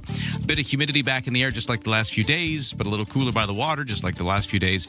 Other than slightly thicker smoke today, it's a very similar forecast to what we've seen all week long, and tomorrow looks the same as well, except with maybe a bit more wind off the Juan de Fuca Strait. Cooling off just a little bit on the weekend, and a mix of sun and cloud, more on the sunny side for Saturday and Sunday in the long-range forecast as well. Right now for the traffic, not much happening really. It's smooth sailing. A little bit of a slowdown just as you go through the construction zone of the Trans-Canada Highway like normal, but it's the only thing that's really slowing up the West Shore commute. It's looking much lighter than usual. There will be again on the Langford Parkway near Langford Lake Road, the BC, or I should say Fortis BC gas main work. Watch out for periodic obstructions right up until 7 p.m. today, and that's going to be going on for a few days as well. That's your traffic. If you see anything else, text me at 71010. The best way to start an island morning. Ryan and Lisa on CFAX 1070. Well, for local baseball, a couple of big stories to follow. The Nanaimo Night Owls are moving on to the playoffs for the first time in their history as the Victoria Harper Cats sign off of the season. They will not be making it to the playoffs. And in fact, their final game of the season that was supposed to be on the road in Washington State against Wenatchee yesterday got smoked out. Here to talk about it all, Jim Swanson is the managing partner for the Victoria Harper Cats and Nanaimo Night Owls. So he's talking about both things. It's like a 2-for-1 deal with you, Jim Swanson. It is. Our group operates both teams. Obviously, we have completely separate baseball operations departments, so that makes it different that way. But certainly, first of all, the smoke got us in the last two games actually with the Harbour Cats. So they ended up 2 games short of a full season, but 26-26 record, and the league is hard, Ryan. It's to be 500 and not make the playoffs shows how hard the league is. Only half the teams make the playoffs, and the Harbour Cats missed the playoffs for the first time since 2018, and first time under Todd Haney not making it. He's been done a great job for us as coach. Obviously, he's returning with us for a number more years. We got him signed until 2030, and hopefully even longer than that. He's done a great job. But great season of baseball for the Harbour Cats this year. Just that game or two short, and a lot of fun. But a lot of fun at the park, as you know. We had so many things this year: the All-Star Game and fireworks nights and all the food truck stuff and everything like that. Just had another really fun summer at the ballpark. And I think you put a statement out about this, but I'll get you to just clarify. It sounds like even though you missed those last 2 regular season games, they would not have changed the outcome here, right? Those games wouldn't have mattered. That's correct. We could have finished as high as 28 and 26 and still missed the playoffs. Huh. So, it would have been a hair short, but it's rare. You see, so many other leagues, you see teams that are well under the 500 mark making the playoffs, and that's just not our league. And our league is tough, and it's very competitive, and you have to be one of those top teams to make the playoffs and have a chance to win the championship. And we have been one of that team for so many years, and to just be that hair short and be so close to it is hard. But at the same time, I think it fires us all up to get going again on the recruiting, which will start right away for next year. Now, let's talk Nanaimo Night Owls, though, because that is another storyline to follow, which is, the opposite story here. Well, the Victoria Harbour Cats are done for the season. The Night Owls move on to the playoffs. And is it true that this is the first time in franchise history this has happened? That's correct. This is the 5th year for Nanaimo Night Owls baseball, and great coaching staff, great support staff, great host families, and everybody who's involved with it, and finally came together here this year with a 30-win season, 30-24, and included a big win last night over Kamloops to lock it down. At the same time, Edmonton also lost, so they finished 2 games back of Nanaimo and Kelowna, who finished tied for 3rd and 4th, but Nanaimo gets the 3rd spot in the playoffs in the North Division, and it's an exciting time. The stadium in Nanaimo is so much different than the one here in Victoria. It's a completely different atmosphere. That's the nature of baseball. Like, they're just so different, and a lot of fun to see the fans of Nanaimo getting really, really excited for it last night, and the players even more so. They really were fired up and excited to be able to start the playoffs that get going here on Friday with a series against Bellingham. Now, Steve on the news desk here had a question for you. So, Steve, you were telling me that yesterday, for the last Night Owls game of the season, they were wearing a special jersey. And why don't you take it away, Steve? What's up with the Nanaimo Bar jersey? Well, I was thinking maybe the players had some input and had a better record or something in that jersey, and that's why they wore it last night. That's why you're a sports guy, Steve. You sniff this stuff out. Absolutely. The Nanaimo Bars jersey this year, they're undefeated in those jerseys, and the players chose them last night. And, they're a big, gaudy yellow with a big Nanaimo Bar logo on them. It's in for a penny, in for a pound with those jerseys for sure. And they played very well in them last night, and that's exactly the case. We usually wear the Nanaimo Bars jersey on day games because they were the Nanaimo Night Owls. We wear Night Owls jerseys at night. But last night we broke out the yellow Bars jerseys, and they were the good luck jersey for win number 30, the first time reaching 30 wins for this team in a season, and first time clinching a playoff spot. It did the trick, and you know what? Makes me wonder what the players and coaches are going to decide to do on Friday night. I wouldn't be at all surprised to see the Nanaimo Bars jerseys pulled out and used on Friday night when Game 1 of this series starts at Sir Roxman Stadium in Nanaimo against the Bellingham Bells. I'm not going to be surprised at all. Great question. Now, I know this is difficult for organizations in sports, especially junior hockey and, in your case, baseball, when you can't do pre-sale for a game that you don't know is going to happen until last night. So it makes selling tickets really a challenge because you've got no time to do it. So tell people how they can get a ticket, how they can get in and see that historic first game. Yeah, Tina Cornett, our general manager, and our staff there have got it ready to go. The tickets should be on sale by about noon today through NanaimonightOwls.com and directly through our website. Don't just Google Night Owls tickets, but go to NanaimonightOwls.com and get the tickets through our Show Pass official ticketing site. That is the ticketing partner that does the work for us. And the Show Pass is ready to go. Tina and the people in Nanaimo are ready to go. And I'll tell you what, the fans of Nanaimo are ready to go. People were asking the questions last night, how do we get them? And, of course, there's a process because there's season ticket holders and corporate partners that get their tickets all secured. And those things are getting done last night and into this morning, and they'll be ready for noon.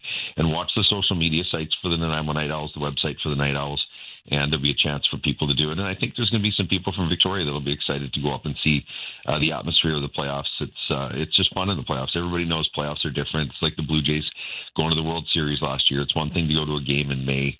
It's another thing to go to a game in October. And it's going to be a lot of fun, and we're not going to be at all surprised to see the tickets snapped up within a matter of hours, Steve, because people have really been thirsting for a team to just get over the hump. The Night Owls have barely missed the playoffs a couple of times in those 5 years, and been really, really tight up to the last couple of days of the season. And this year, had it in their control going into the last series, and took care of business and won 2 out of 3 games against Kamloops and locked it down. So the tickets, NanaimonightOwls.com, will be available through there. And again, I'm expecting before noon here today is when they'll be ready, but noon would be the target time for that. I appreciate that question. Nanaimo, you were due for a playoff run, and you got one with the Night Owls moving on Friday, the first game. Jim Swanson, managing partner with both Night Owls and Victoria Harbour Cats teams. Great to talk to you. I'm sure we'll be talking again as this playoff run continues, so looking forward to it. But in the meantime, have a wonderful day, and good luck on Friday. Sounds good. Thank you, gentlemen. All right, there we go. And I just Google searched the Nanaimo Night Owls Nanaimo Bar jersey with the cartoon Nanaimo Bar. It's got a face. It's got a little swoop of hair. It looks so happy. And you could buy the Nanaimo Bar jersey I was just looking at on the website. So are you sold? I kind of want one. It's cool. It's no Jimothy, but it's got the same kind of vibe. It does. Yeah. All right. Hey, 7:30 News is next. This summer, 3 of Vancouver Island's biggest voices are coming together to make a real difference. Get your tickets now for the Kids Count Mega Summer 50-50. Brought to you by 107.3 Virgin Radio, CFAX 1070, and CTV. In support of CFAX Santa's Anonymous all-new Kids Count program, supporting children beyond Christmas. The Mega Summer 50-50. Your chance to win big while giving back. Buy your tickets today at CFAX1070.com. Gaming event license 174660.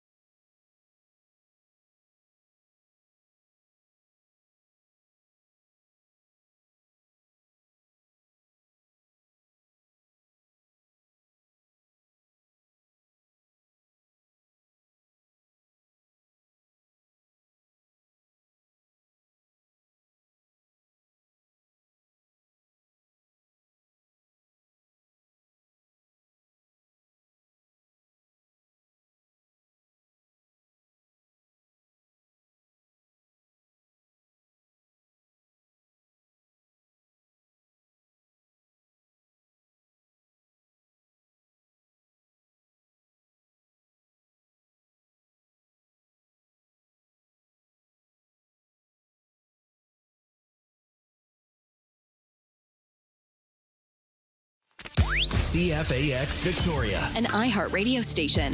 If it's happening, it's here. CFAX 1070.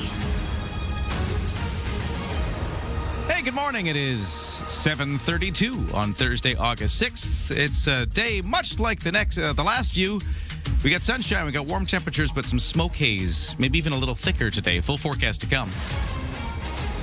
Right now, though, we get news, and here is Steve Young. Thank you very much, Ryan. Good morning, everyone. Rescue crews from both the island and the mainland still searching for that young hiker in Strathcona Provincial Park. Well, crews from the Lions Bay Search and Rescue Team are on Vancouver Island as they help search for a missing 25-year-old hiker. Keshav Jindal went missing Monday after being separated from his group while hiking Mount Albert Edward in Strathcona Provincial Park.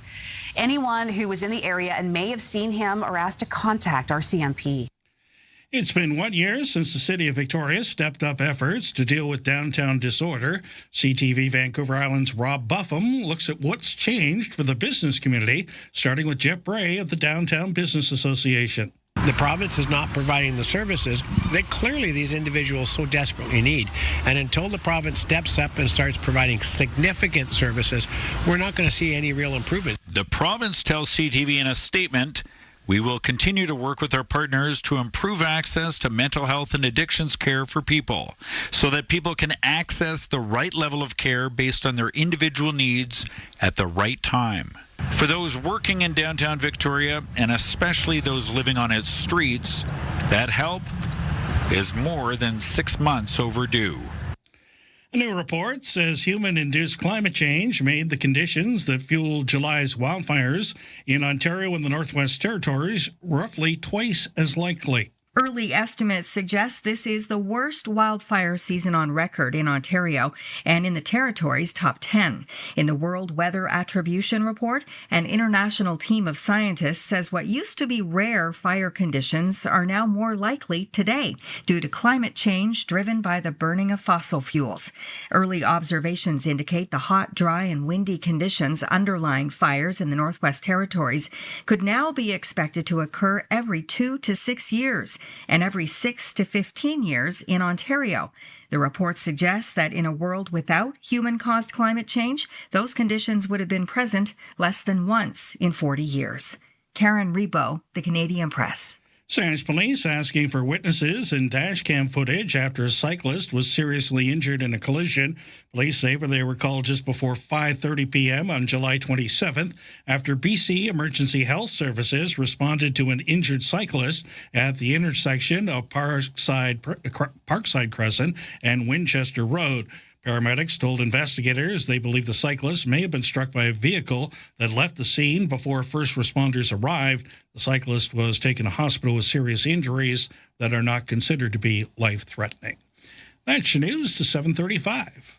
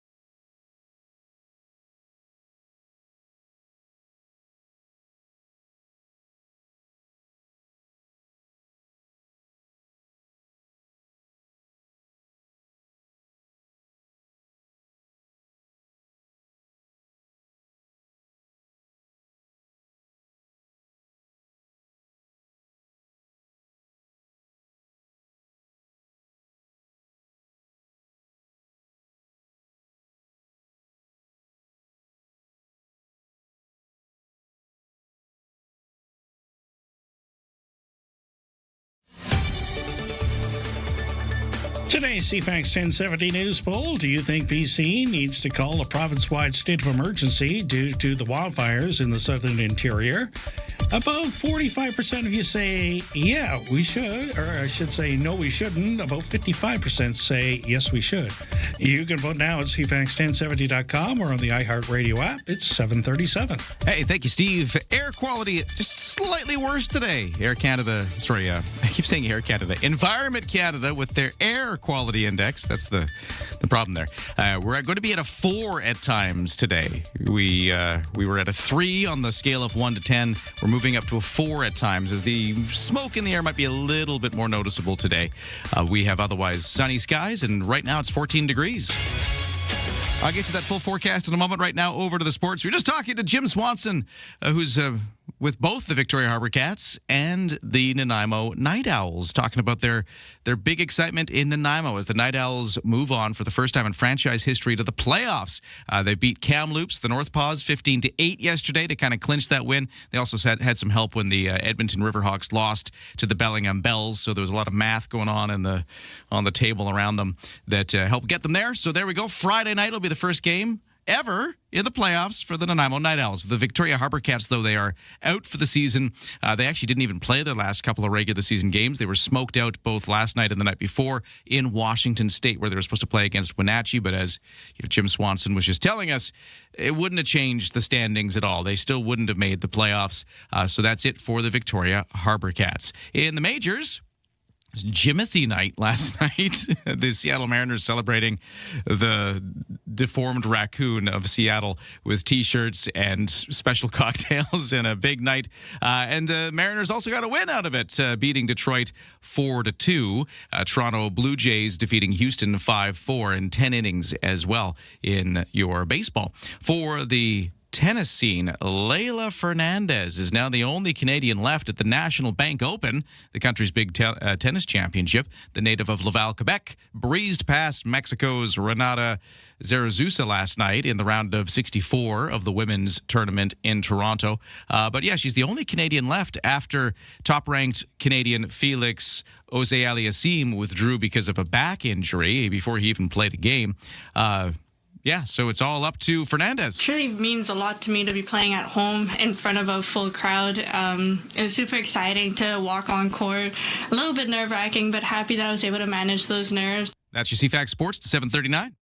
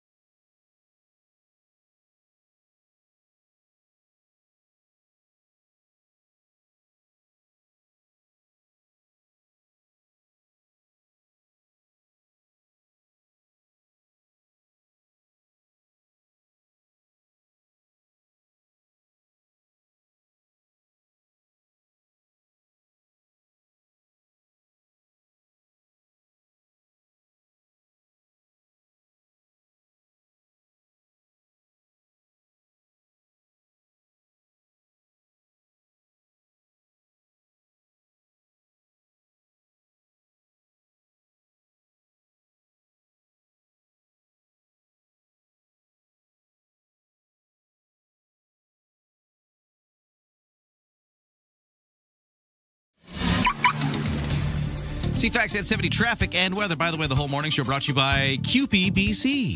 QP Vancouver Island workers delivering the public services island communities rely on. QP, better services, better communities. On the roads, no major issues right now. If you see a crash, accident, or something else causing trouble, text me at 71010. But right now, yeah, other than just road work in places like Langford Parkway, it's going to be on until 7 p.m. Fortis BC water work. Fortis BC gas main work going on there. It's going to be going on for days, too. We also have, the West Shore commute sort of thickening up a little bit on the Trans-Canada Highway, seeing a bit more traffic volume. The Souk Road Island Highway route seems to be a little clearer so far this morning. For BC Ferries, no sailing waits. 8 o'clock sailing is coming up, and it's about 85% full. For the weather forecast, it looks exactly the same as the last few days. Sunny with some smoke haze. We've got temperatures to 25 degrees, but feeling warmer in the humidity. Feeling cooler if you're by the water, where it's going to be breezy. And that smoke haze slightly thicker at times today, with the air quality bumping up a little worse, up to a 4 on the index scale, where 1 is good, 10 is bad. We were at a 3 for the last few days. Now we're moving up to a 4. Over to the markets. S&P TSX in Toronto up 80 points to 36,227. The Dow is down 78 to 54,270. The Nasdaq up 109 to 26,472. Canadian dollar at 71.3 cents US. Get started. Start your day informed and entertained. Ryan and Lisa, mornings on CFAX 1070. We're getting close to another edition of Rushing Through a Rush song. This is where you could win tickets to see Rush bringing their tour to Vancouver in December. There's a couple of shows. We got tickets to the December 15th show. But if you want to win just after the 8 o'clock news, sports, weather, and all that, you got to give us a call. And I'll pick a random line. And if you're the lucky caller, I will play for you a Rush song played at double speed as we rush through it. And if you can tell me the name of the song, even through all the sped up nature, you'll get the tickets. So get ready to call just after 8 o'clock, 250-386-1161. So that is coming up. But I've got a request here. We have a texter saying, hey, is there any chance you could go through the information you provided earlier in the show about the David Foster show? I just turned on the radio and only caught the tail end. Yeah, we were just kind of going through some of the details. If you're like me, you don't think about the weekend until you get close to it. And, we've known about the Foster Foundation big free show in the Inner Harbor for months now. But it's only now that I'm kind of like, I should probably make a plan about how I'm going to go down and check it out, get the family down and see things like that. So if you're like me, this is the time where you're starting to think about the logistics. So here's what we know. Friday morning, they're going to close several of the streets around the Inner Harbor, first off. So that's when things kind of kick off as far as disruption. So you can't really drive freely around the Inner Harbor as a Friday morning. Friday is when the gala happens. That's not the thing that's open to the public unless you got the tickets. All the celebrities will be arriving at the conference center. Big red carpet event. So that's going on Friday. And that's where the big fundraising is happening because, of course, this is all for the Foster Foundation. It's a big fundraiser. The last big one they plan to do in Victoria, at least as a money-raising event. So the gala is the big money part of it. Then on Saturday, that is where you can just go free of charge down in the Inner Harbor and check things out. So what's the schedule there? We know that at 7:30, that is when the musical portion is going to kick off on that barge in the Inner Harbor. So imagine the Symphony Splash days, what those were like, where you try to get a spot along the causeway or the legislature lawn, or the street over by the Empress. Those are all prime viewing spots with things starting at 7:30. They'll have a couple of big screens set up, we've learned. A couple by the BC Legislature lawn. There's another one over by the Empress. Big LED screens, so if you're not that close, you'll still be able to get like a real close-up view from the screens, and you'll be able to just hear it in the atmosphere. They're going to have food trucks lined up kind of where the BC Museum is, that street there. That's where the food trucks are going to go. That is how things will be from about 7:30 onwards. Then at 10, that is when they're going to bring in the big drone show. They got like hundreds of drones that are going to be doing formations and Have you ever seen one of these things? They're crazy what the drones can do, followed by fireworks. They have a second barge that they're setting up. So there's the main stage barge, and then there's another barge that's going to be launching the fireworks just after the drone show as well. So that's kind of what's going on. That's the schedule of events. They've got a big map they've put out. If you go to the David Foster Foundation website, they've got a map that shows you what the Harper will look like, where the different zones will be, where the screens will be, and it can kind of help you plan your trip if you're planning to go down on Saturday night. Hope that helps, Texter. There's the info we've got so far, and I'm sure we'll continue to develop that story as we get closer to the weekend. Right now it's 7:46. Let's get to the headlines with Steve. Thank you very much, Ryan. Good morning, everyone. Central Saanich Police and other local agencies investigating after receiving reports that an individual may be attempting to lure people closer to his vehicle by asking for directions or offering a ride. It may be associated with a white, older model two-door vehicle with a roof rack driven by a South Asian male. While no connection has been confirmed, Central Saanich Police are investigating and sharing the information so residents can take appropriate precautions and report any suspicious activity. Members of the public are advised not to approach the vehicle or get close to the driver. If you are approached, maintain a safe distance, decline any offer, move to a populated area if necessary, and contact police as soon as it's safe to do so. Rescue crews continue the search for a young hiker after he became separated from his group while at Strathcona Provincial Park. Comox Valley Search and Rescue says the 25-year-old man was in the area of Paradise Meadows when he went missing on Monday. A search later that day did not turn up the man, and crews are continuing their efforts while asking for anyone who may have seen the missing person to contact RCMP. Personnel, including those from North Shore Rescue and Metro Vancouver, have been sent to aid in the search.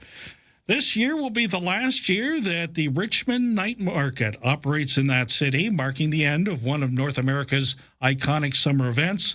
Market founder Raymond Chung says in a statement that running the market for the last 26 years has been the most rewarding. He says the decision comes as the market's lease ends this year. And that's your news headlines to 7:47. Well, the deer contraceptives are being rolled out again in Oak Bay as they try to get the population of deer under control there. And Oak Bay asking permission to enter some local properties for the purpose of administering the deer contraceptives. Mayor Kevin Murdoch of Oak Bay joining us in just a moment to talk about the program and what they need to do to make it happen. Next time on the TED Radio Hour. Writer Pico Iyer has traveled the globe trying to understand what utopia means to different people. And he has come to one conclusion. Sometimes it's notions of paradise that get in the way of our finding it. Paradise Lost and Found. Stories about searching for utopia and coming to terms with reality. That's next time on the TED Radio Hour from NPR. TED Radio Hour. Listen Sundays on the iHeartRadio Talk Network.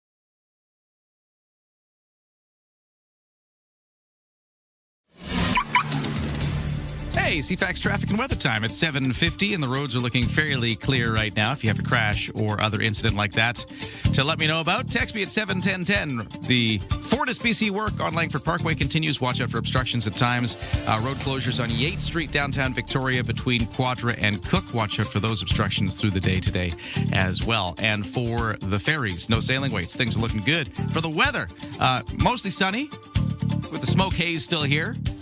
We'll see highs of 25, little warmer feeling in the humidity, but then cooler if you're by the Wanda-Fuca Strait. To tell you the truth, that's the same forecast as the last few days. So if you've lived through the last few days, just expect that again. For tomorrow, same again, but a little windier. For the weekend, cooling off just a couple of degrees, but otherwise a mostly sunny weekend, Saturday and Sunday, with temperatures around about 22 degrees is the high. Overnight lows for the next few nights going down between 13 and 14 degrees. It's all here. News, weather, traffic, and community events. Ryan and Lisa, mornings on CFAX 1070. Well, if you're a gardener in Oak Bay, you know there's still a lot of deer out there. And Oak Bay is once again embarking on a deer contraceptive program. But with that, they need a little bit of help. They need permission to enter some local properties to ramp up their deer contraceptive program. Let's find out more about this. Kevin Murdoch is the mayor of Oak Bay, and he's on the line with us right now. Sir, how you doing? I'm great, Ryan. Thanks for having me. How are you finding that the deer are, just as much as they've always been? Are there more of them? Are any of these contraceptive programs starting to curb the numbers? What's the state of the deer right now? Yeah, well, actually, this is the big year for us. Okay. For the last decade, essentially, we have been working with the province under their rules to under what has been considered an experimental program through the province to see if immunocontraception can work. So it's been a very limited number of deer, a lot of deer tags. Some of them are control groups. Some of them have had one dose of contraception. Some of them have had boosters. And so there's a lot of deer walking around with tags.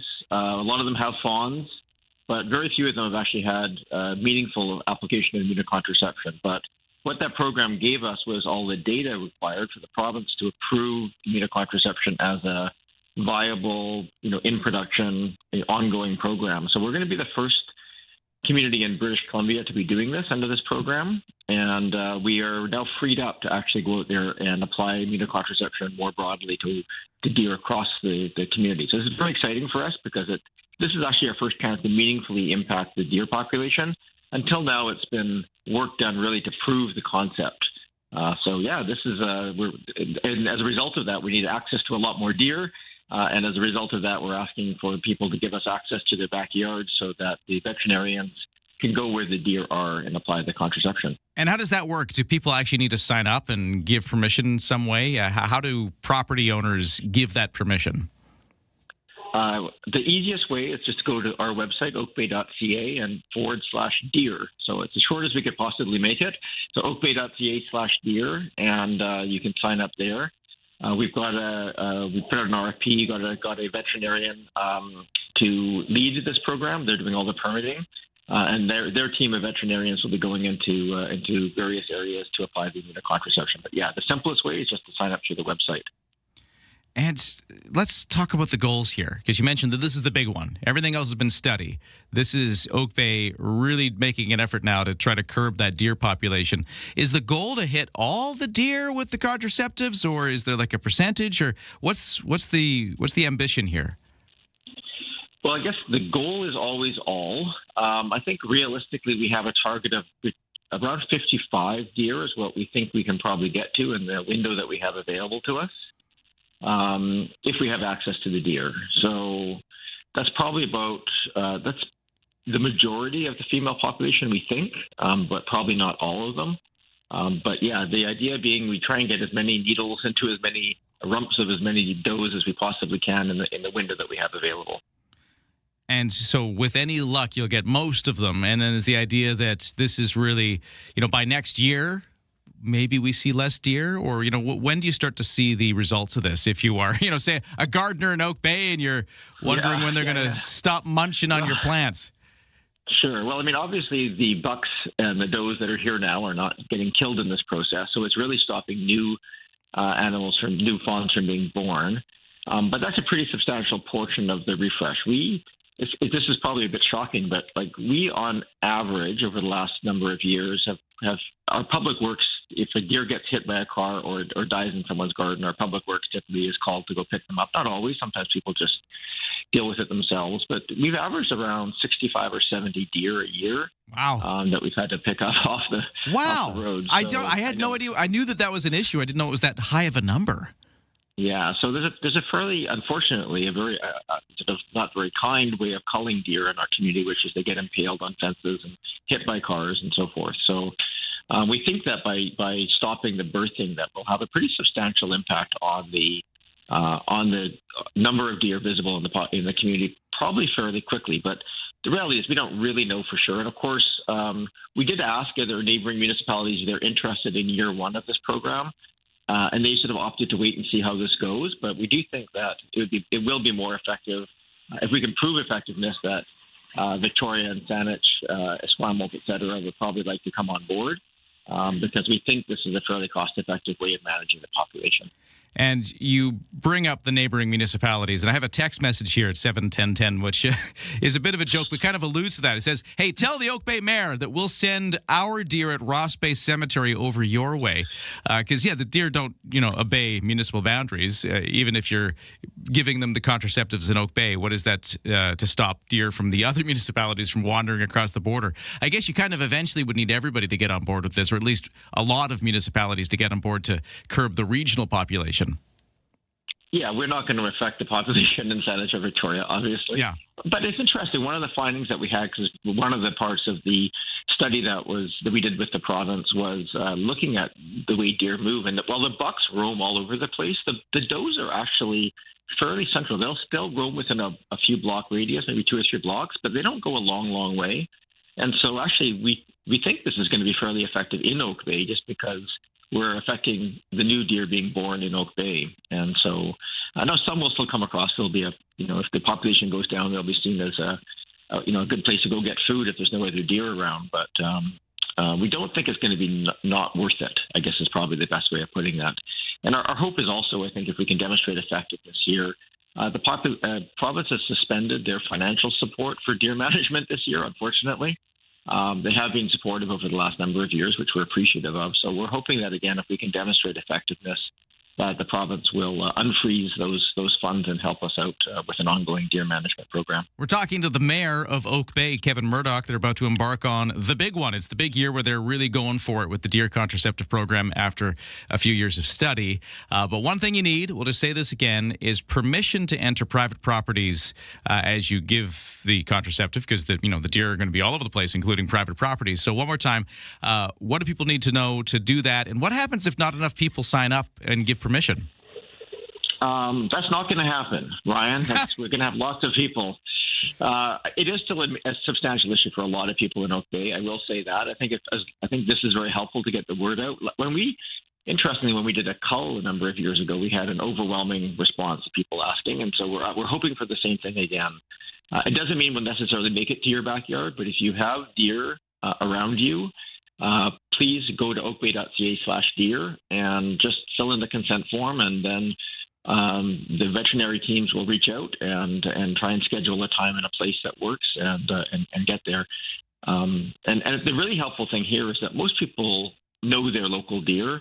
They have a good sense of when the deer are around in their yard, time of day, those kinds of things. And so all that local information is incredibly helpful for us. So they don't have to show up and wait. They can kind of show up at the right time, get set up, apply the community contraception, and move on to the next. And in that way, we'll get the maximum number of deer. So yes, anybody who has deer hanging around the yard, even if you like the deer a little bit, this does not hurt them, but it does help keep their population in check. And I think most people, even the people who really want deer in the community, I think want healthy deer. And what we're seeing right now is that we're getting a lot of less healthy deer happening because the population is getting so large. All right, Mayor Murdoch, good luck with this, and let's stay in touch. I'd love to hear how it goes. Yeah, I'm very curious too, Ryan, for sure. So looking forward to seeing the results. Oh, very good. We'll chat soon. Okay, take care. All right, there we go. Yeah, we'll keep up on the deer, but we'll also keep up on Rush tickets. We're giving away Rush tickets coming to Vancouver in December, but you gotta correctly identify a song that we rush through. We're going to play a Rush song at double speed coming up just after the 8 o'clock news. If you want to try to correctly identify it and win tickets, get ready to call us at 250-386-1161.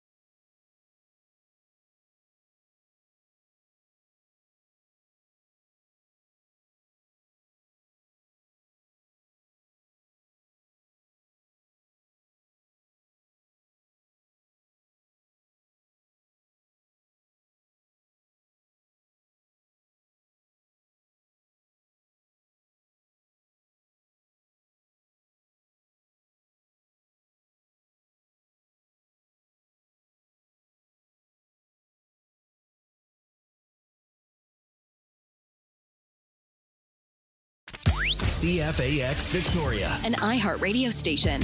If it's happening, It's here. CFAX 1070. Good morning. It's 8:02 on Thursday, August the 6th. We've got a little smoke again in the air, a little haze. Right now it's 14 degrees in Victoria. Correct that. It's 17 degrees in Victoria. It's been going up fast. We're going to have another warm day and a full forecast to come. But right now, the news begins. Here's Steve. Thank you very much, Ryan. Good morning, everyone. We're back down to just 2 active wildfires on Vancouver Island. This week's small blaze north of Gold River declared out by the Wildfire Service.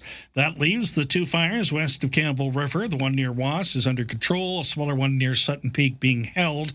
Province-wide, there are 112 active wildfires, 10 new starts, 13 fires put out over the last 24 hours. We can expect less smoke over the southern end of the island today with a pretty clear morning, especially after 10 o'clock. Then smoke's going to rotate back into the area mid-afternoon before blowing out of the area overnight. Environment Canada has the air quality index at 4 or moderate risk. Central Saanich Police and other local agencies are investigating after receiving reports that an individual may be attempting to lure people closer to his vehicle by asking for directions or offering a ride. It may be associated with a white older model 2-door vehicle with a roof rack driven by a South Asian male. While no connection's been confirmed, Central Saanich Police are investigating and sharing the information so residents can take appropriate precautions and report any suspicious activity. It's been a year now since the City of Victoria stepped up its efforts to deal with downtown disorder. CTV Vancouver Island's Rob Buffum looks at what's changed so far. Pandora Avenue is ground zero for the homeless in Victoria. Many here battle addiction and mental illness. The city kicked in $10 million last July to address public safety, including hiring more police and bylaw officers. The mayor acknowledged the area was a blight and promised tangible improvements in half a year. This can't wait. In 6 months, you'll see a difference. More than a year later, many say it looks no better. The mayor acknowledges a lot of work is left to do and says the province needs to step up.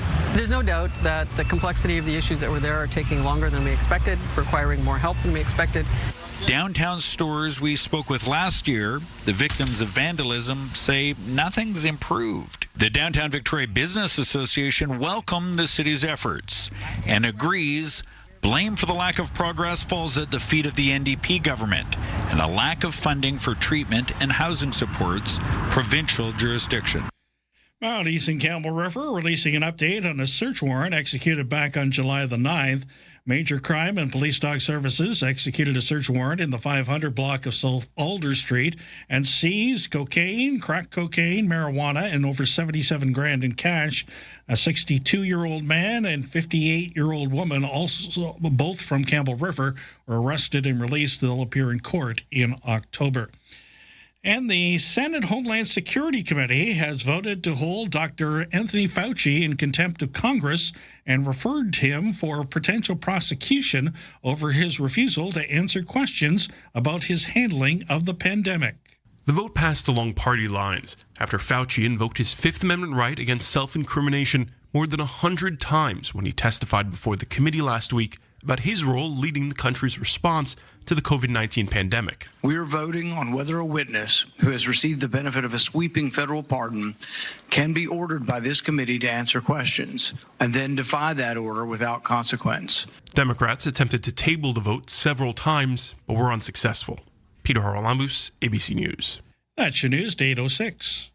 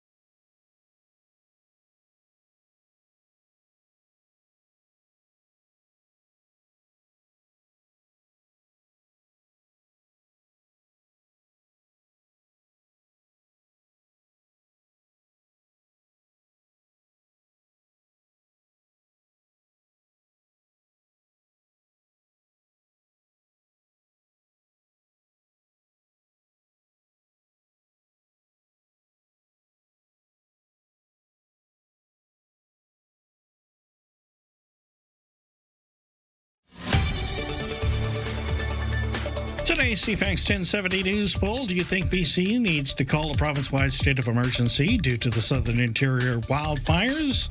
Well, 58% saying yes, we should. You can vote now at CFAX1070.com or on the iHeartRadio app. It's 8:07. Thank you, Steve. We're moments away from rushing through a Rush song. Would you like to win Rush tickets? We're going to play you a sped-up Rush song. If you can tell me the name of the song, despite the speeding up, you'll get tickets to see Rush coming to Vancouver December 15th. They got two shows, but we got tickets to the December 15th show. 250-386-1161 is the number to call in just a few minutes. Once we get to this is just after we get through some sports. We got the traffic and weather and all that too, and then we'll play the game. But right now, let's get to the sports, where in baseball, a couple of local stories for you. One local Vancouver Island baseball team will move on to the postseason for the first time in its history. Another one is done for the year without getting to the playoffs. Let's start with the Nanaimo Night Owls, who defeated the Kamloops North Paws 15-8 while wearing their yellow Nanaimo Bar jerseys for good luck. So with that win and with another result elsewhere in the league, they were able to clinch for the first time in franchise history a trip to the playoffs, which will begin Friday. It's going to be real soon, so we'll follow there. The Victoria Harbour Cats, though, said goodbye to the season without anything happening because they were smoked out yesterday against the Wenatchee Apple Sox in Washington State. They were smoked out the day before, so they missed their last two games of the year. But as Jim Swanson from the Harbour Cats told us last hour, it wouldn't have affected the standings at all. Those two games wouldn't have mattered. Wenatchee would still have clinched the number one seed. Victoria still wouldn't have had enough points to get into playoff contention. So that's the local baseball scene. For the majors, Toronto Blue Jays look to build on last night's 5-4 extra inning win over Houston when they make a one-day stop in Chicago to face the Cubs this afternoon. This is a makeup game after an earlier meeting between the two teams was postponed by rain.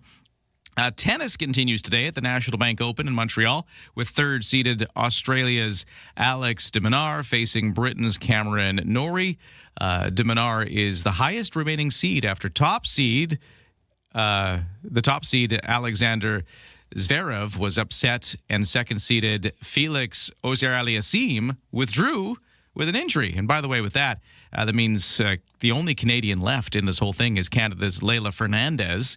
The 23-year-old topped Mexico's Renata Zarazuza in straight sets to advance. Truly means a lot to me to be playing at home in front of a full crowd. It was super exciting to walk on court.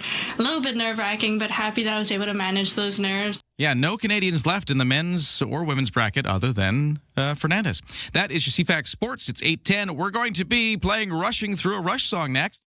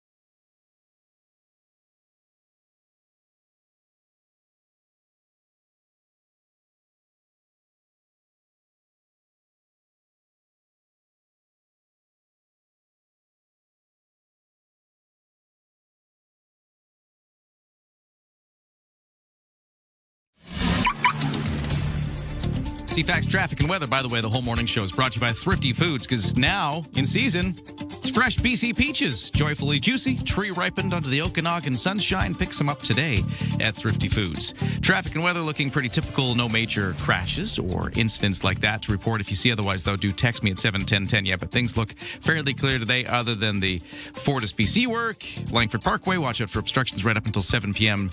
And that's going to be ongoing for days ahead of us, too. For the BC ferries, no sailing waits right now. And for the weather, slightly smokier skies today. Still kind of that haze overhead.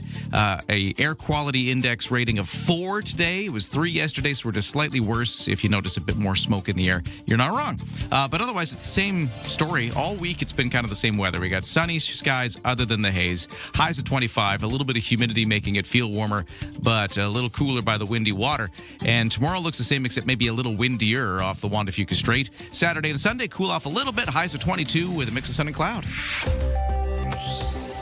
On the markets, S&P TSX up just 20 points right now. The Dow in New York is down 171. The Canadian dollar at 71.3 cents US. Don't attempt your morning commute without us. Ryan and Lisa, mornings on CFAX 1070. Yes, we are rushing through a Rush song. It's because Rush is bringing their 50-something tour to the Rogers Arena in Vancouver, December 15th and 17th. And CFAX 1070 wants to send you to the December 15th show with this game, Rushing Through a Rush song. I think, if you've been listening, you know how this works now. We're going to play a fast Rush song. It's going to be sped up, double time. And if you can still guess what the name is or just identify the song, you're going to get the tickets. Now, I'm just taking random callers, so let's do it now. 250-386-1161. Call in. I'm going to pick a random line. You have to have sensitive ears for this, okay? Yeah. Because, yes, it's very chipmunkish. Who's this on the line? Tim. Did you say Tim? Yes. Tim. Are you a Rush fan? Yeah. Yeah? Would you want to go to see Rush December 15th in Vancouver? Oh, yeah, sure, yeah. Yeah? Why not? Okay. Yeah. Well, you're close, but you're not quite there yet because you got to play the game. You know what's going on, right? Yeah. Okay, great. I'm going to play it for you. See what you can do with this.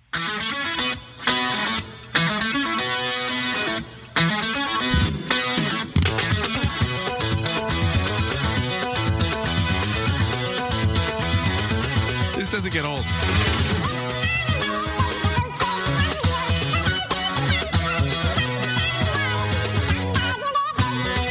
I can give you a few more moments, Tim. Hang on.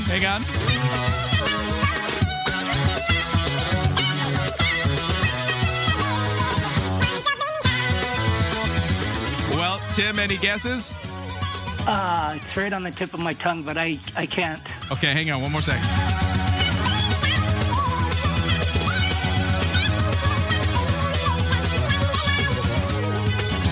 Okay, Tim, one last chance. You want to just take a wild guess? I don't know. Oh, I'm so sorry, Tim, but thanks for playing. You can try again tomorrow. Yep. Okay, that means, oh my gosh, that means somebody else is going to get a chance. Wow, we're going to a second one. Second contestant. Who's this? Overtime. Yeah, Good morning, it's Anna. Anna, hello, how are you? I'm well, thanks. Well, you're our second random caller today. I can't believe it. Well, congratulations for getting this far, but I can't give you the tickets yet because you gotta listen to this and tell me what Rush song is it. Every time I play this, Steve just breaks out laughing. It's the guitar riff, right?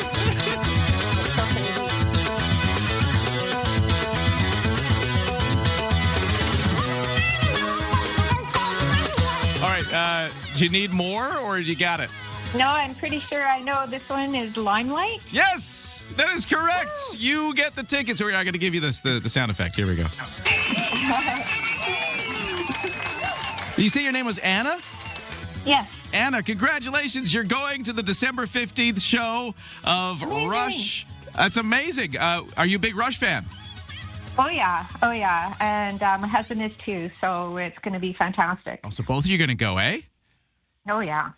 Because sometimes I like to ask who you're going to bring, and sometimes people make it a competition. You know, like I haven't decided yet. You gotta earn the favor here.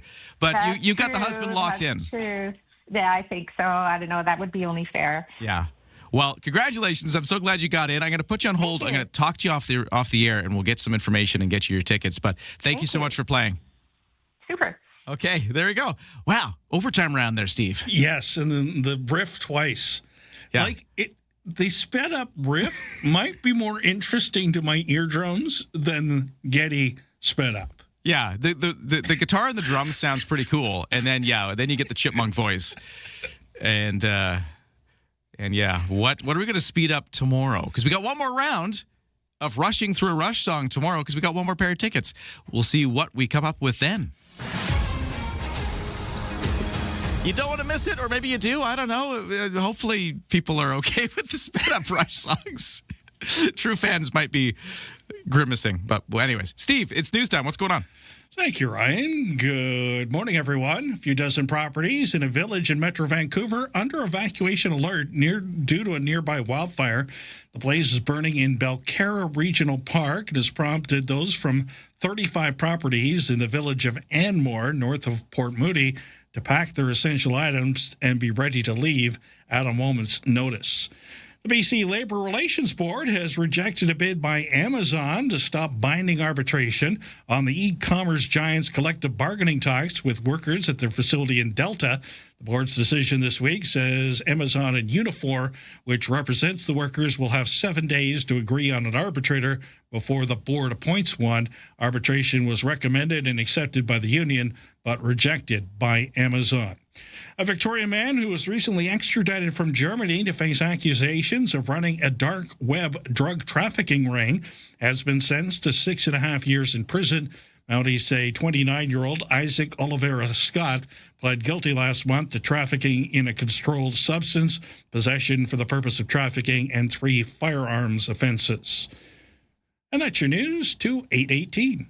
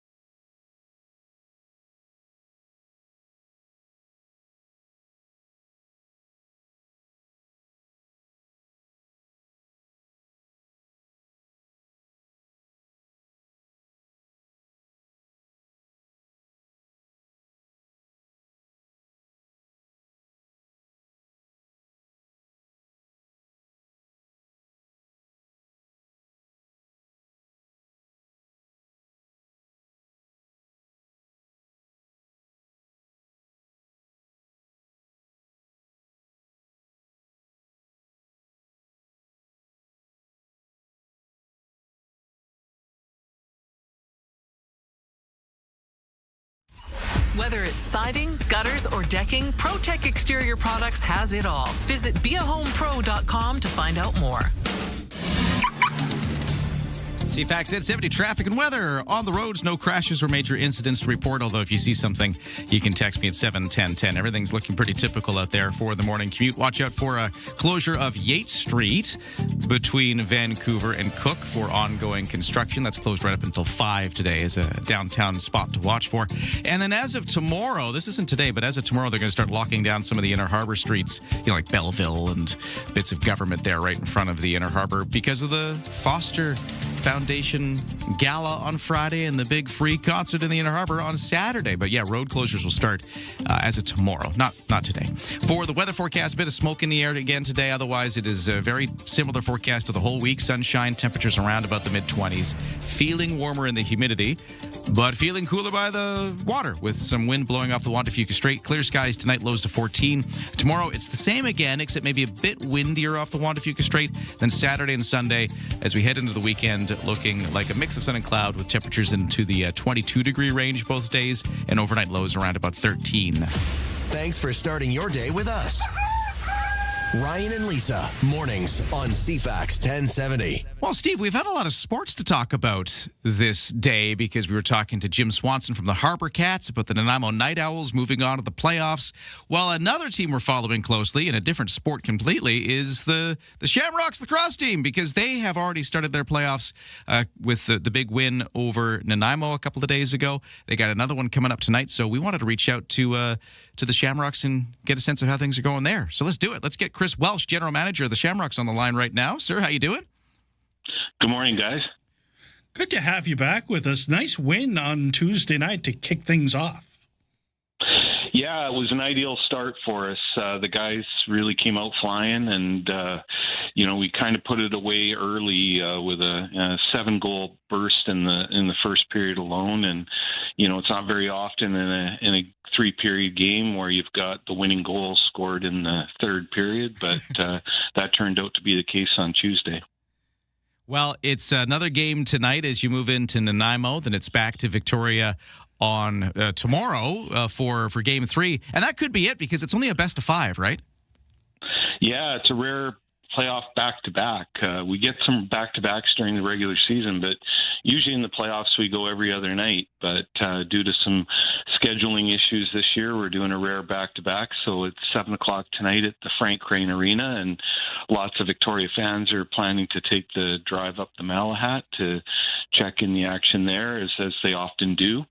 And then back home for another one tomorrow night at 6:30. So at the Q Center. So no rest. It's a busy time of year, but the games all matter, and means a lot to the guys. This is what we've worked for all year, so they're eager to keep it going. Now, lacrosse is such a physical game. Does the back-to-back, is it noticeable that the players get worn down because of that? Oh yeah, 100%. It's grueling. Both floors are concrete floors, so there's absolutely no give there, and it is a full contact sport and lots of bumps and bruises. So, this time of year, everybody's playing through something, and often I've always said that it's the team that can stay the healthiest that usually has the advantage. You want two things in playoffs. You want really strong goaltending, which we've been getting from Chris Origlieri, and you want to stay healthy because injuries, will slow you down more than anything else. Maybe describe the ambiance of the Frank Crane compared to the Q Center. Yeah, they're very different. In the Q Center, you've got the crowd all around, and they're right on top of the action. And Frank Crane, they spread up the two sides there. If you've been in it, there's no real seats in either end. It's all on the side, and we get a pretty good contingent of Victoria fans up there. So sometimes it's a little hard to tell who the home team is, to be honest.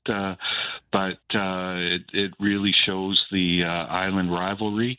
And Frank Crane is a historic barn in its own right. It's been around a long time, and a lot of hockey and lacrosse has gone through there over the years, and certainly, the Shamrocks have had many battles in that place. We're very, very familiar with it, and lots of our guys also played a ton of junior up there. So it's a barn we all know, and we don't love going there, but we'd rather go there than to the mainland. It's a shorter trip and an earlier night home. So it's great to have the Island Series, and we're looking forward to making the trip up today.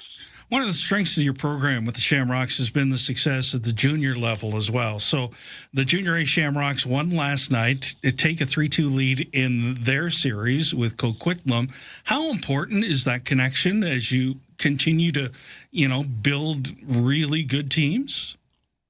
Oh, it's everything. Without the strong foundation of minor lacrosse and a strong junior program, we're not going to be in any position to succeed. So yeah, it was a absolutely massive win for the juniors last night, taking down the defending champs in their own building to grab that critical Game 5, and now they have a chance to close it out on Saturday afternoon, 3:00 at the Q Center. So, in between, we'll have 2 games between now and then, which is hard to believe the senior A's will. So a little rest for the juniors while we get busy, but we'll be there cheering them on Saturday, hoping that they can close it out.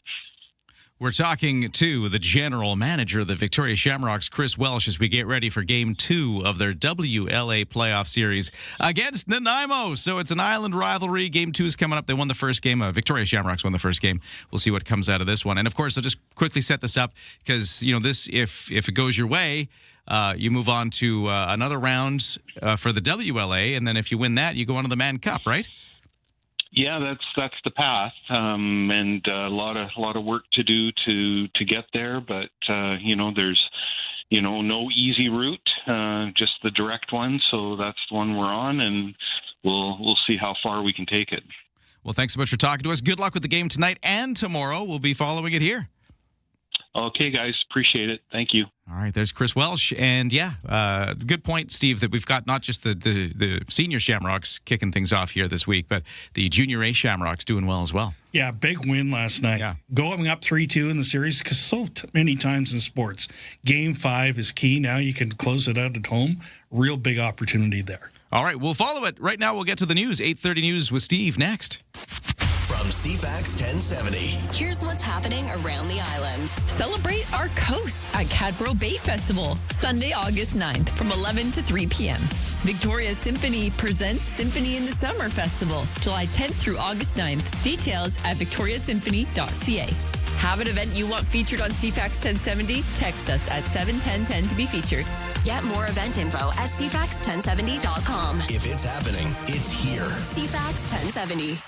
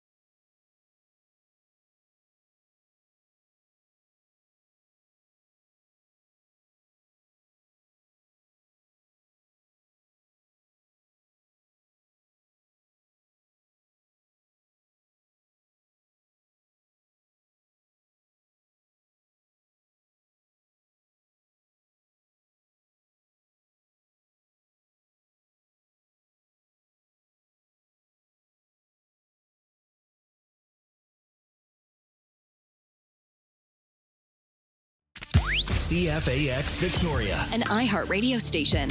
If it's happening, it's here. CFAX 1070. It's 8:30 on Thursday, August the 6th. Got more sunshine, but more smoke haze in the forecast today. A full forecast to come. Right now, the news begins, and here is Steve Young. Thank you very much, Ryan. Good morning, everyone. An internal government memo shows staff at the Federal Fisheries Department are worried that the U.S. government is about to adopt legislation that will jeopardize the survival of the North Atlantic right whale. The memo was sent to senior officials in the federal department in May and was released to the Canadian press through an access to information request. It discusses a bill backed by U.S. President Donald Trump to delay new protections for the critically endangered whale until 2035. The Fisheries Department has said little about the proposed U.S. legislation, but the newly released memo shows experts inside the department believe the policy could have grave consequences for the species, of which fewer than 400 remain. Marine Programs Manager with the Canadian Wildlife Federation, Sean Brilliant, says the whales have rebounded slightly in the past few years because of government protections, but the Fisheries Department is right that delaying the protections puts whales' recovery at risk. John Kennedy, the Canadian Press. Central Saanich Police, other local agencies investigating after receiving reports that an individual may be attempting to lure people closer to his vehicle by asking for directions or offering a ride. It may be associated with a white older model two-door vehicle with a roof rack driven by a South Asian male. While no connection's been confirmed, Central Saanich Police are investigating and sharing the information so residents can take appropriate precautions and report any suspicious activity. Members of the public are advised not to approach the vehicle or get close to the driver. If you are approached, maintain a safe distance, decline any offer, move to a populated area if necessary, and contact police as soon as it's safe to do so. It's been a year now since the city of Victoria stepped up its efforts to deal with disorder downtown. CTV Vancouver Island's Rob Buffum looks at what's changed for the business community since then, starting with Jeff Bray of the Downtown Business Association. The province is not providing the services that clearly these individuals so desperately need. And until the province steps up and starts providing significant services, we're not going to see any real improvement. The province tells CTV in a statement, "We will continue to work with our partners to improve access to mental health and addictions care for people so that people can access the right level of care based on their individual needs at the right time. For those working in downtown Victoria, and especially those living on its streets, that help is more than 6 months overdue." The union representing WestJet cabin crew has shared details of the tentative deal reached with the Calgary-based airline this week after that one-day strike. Reporter John Kennedy with the details. The Canadian Union of Public Employees says the deal includes a more than 18% wage hike over 3 years, as well as a new duty period premium that adds compensation for work done on the ground. It also includes increased time off and higher food and uniform allowances, among other things. All WestJet flights across Canada were grounded over what was a long holiday weekend for many as the clock ticked down to the strike by 4,400 flight attendants who walked off the job early Sunday. Both sides reached a tentative agreement early Monday, and WestJet operations gradually returned to normal. Prime Minister Mark Carney says Canada's tone towards the U.S. is quite firm and insists trade negotiations with Washington are constructive as an August 19th deadline for new tariffs draws near. The U.S. has threatened to impose new 50% tariffs on a wide range of Canadian imports in about 2 weeks. Today, federal Conservative leader Pierre Poilievre says Carney isn't holding out for a better deal, adding, quote, "We have a bad deal." While he makes the concessions that you would normally take to the table to get something in return. He backed down on the digital services tax, the Netflix tax. He agreed to Mr. Trump's demands on military spending and counter tariffs. Many of these things were going to have to happen, but why not bring them to the bargaining table? And if you're looking for a beverage to help you cool off today, Bree Tennis has something in mind. Today is National Root Beer Float Day, originally called a black cow when it was invented in 1893. Simple to make, drop a scoop of vanilla ice cream into a glass and pour root beer over the top. What happens next is pure science. The froth that forms is a process called nucleation. That's when air pockets in the ice cream give the carbon dioxide in the root beer a place to form bubbles. So it's fun, refreshing, and educational. I'm Bree Tennis. I had no idea. The science of the root beer float, quite incredible. Who would have thought? Not me. That's your news to 8:35.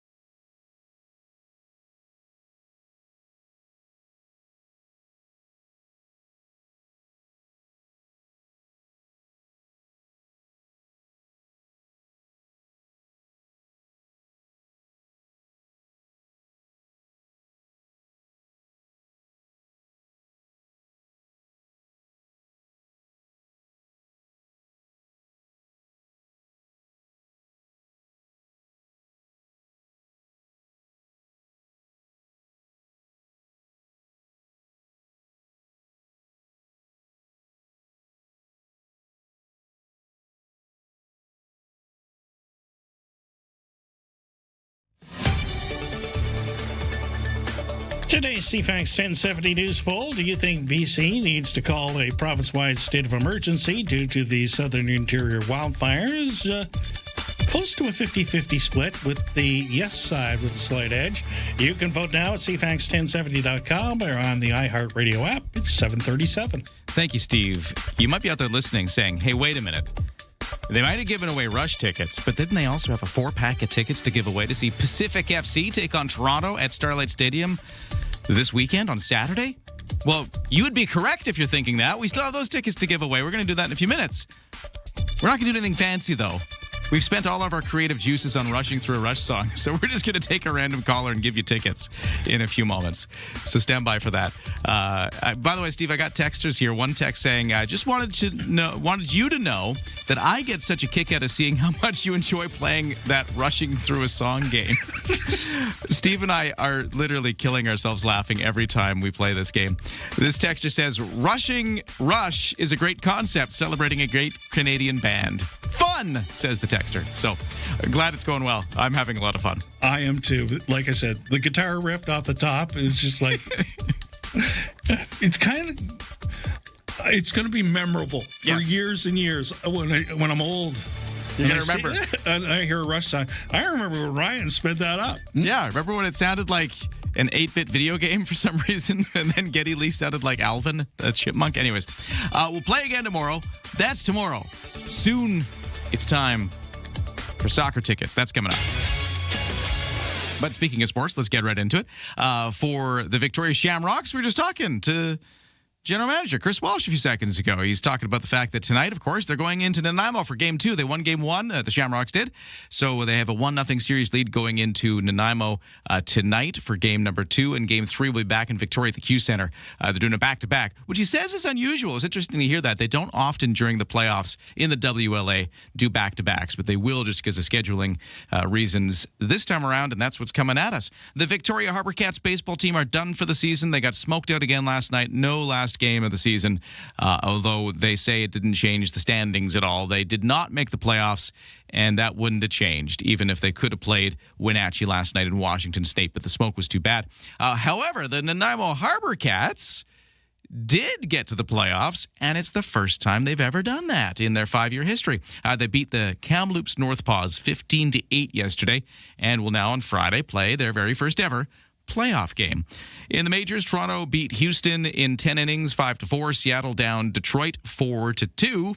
And in the world of tennis, we've got National Bank Open action in Montreal with third-seeded Australian Alex de Minaur facing Britain's Cameron Norrie. Just one of the games going on for Canada's big tennis tournament. That's today, and that's your sports to 8:39.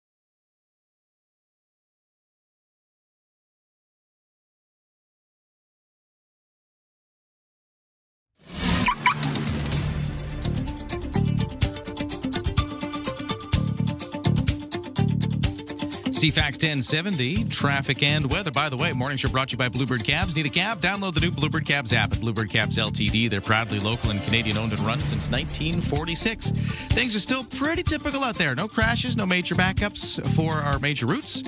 We have the Fortis BC work going on Langford Parkway near Langford Lake Road again. That's going to be causing obstructions until 7 p.m. And in downtown Victoria, Yates Street closed between Quadra and Cook, so watch out for that full closure there. Actually, sorry, I should say Vancouver and Cook. That's the block I meant to say. For the weather forecast, smoke haze with us, otherwise it's sunny, and we have temperatures hitting 25 degrees. Sound familiar? Well, it's basically yesterday's forecast. It's even a little humid like it was yesterday, but it's also a little cooler by the Wandafika Strait, just like it was yesterday and the day before that. So the weather is just kind of continuing to be very stable this week. In fact, tomorrow looks very similar as well. Maybe a little windier off the Wandafika Strait tomorrow is the big difference. The weekend cools off just ever so slightly. Highs of 22 with a mix of sun and cloud for our Saturday and Sunday. Right now, it is 17 degrees. On the markets, S&P TSX in Toronto. Just down now. It was up to begin with. Now it's dropped 37 points to 36,109. The Dow is down 297 to 54,051. The NASDAQ is up 9 to 26,372. Canadian dollar down just a tick to 71.2 cents US. In the kitchen, in the car, and at the office. Ryan and Lisa, mornings on CFAX 1070. Take us with you. Listen live on the free iHeartRadio app. Let's give away some tickets to see Pacific FC take on Toronto at Starlight Stadium this Saturday. Will this be the game where Pacific FC finally gets its first win of the season? We're just going to take a random caller at 250-386-1161. So call now, and we'll talk to you on the radio. Steve, what number should I pick? Pick a number between 1 and 6. 6. Okay, caller number 6 is going to get the tickets at 250-386-1161. So while we wait for those calls to come in, there's another thing I want to check. At the very beginning of the show, Steve said that I thought today would be the day that we broke the $13,000 mark for the Kids Count Mega Summer 50-50. This is, of course, our 50-50 raffle we're doing on the radio all summer long in support of CFAX Status Anonymous. That's the sound of the raffle. That's drums. We did it. We got over 13,000 just in the last hour. We went over 13,000 to 13,050. So that's the jackpot. If you were to win this when we do the draw on August 28th, you'd be walking home with half of that, and half of it would be going to CFAX Status Anonymous. Go to CFAX1070.com for how you can buy your Mega Summer 50-50 ticket. Okay, let's take caller 6 for the Pacific FC tickets. Who's this? This is John. John, I want to give you some tickets. That'd be great. Well, let's just do this. We've made such a production of the Rush tickets. I figured we'll just make this one easy. All you got to do is call. Have you seen a Pacific FC game before? We have. Yes, and it's great. Yeah, they do a good job there in Starlight Stadium. Lovely outdoor stadium. I like the seats. I like everything about it. They do a great job. And I'm hoping, I don't want to jinx this by saying it too much, but I do hope this is the one. I hope what you get to see on Saturday is Pacific FC getting that first win of the season. I hope so, too, as well. Well, I got 4 tickets for you, so hang on the line. I'll get your information off the air, and we'll get you your tickets. But in the meantime, Steve, we'll get to the news. Take it away. What's happening in the world?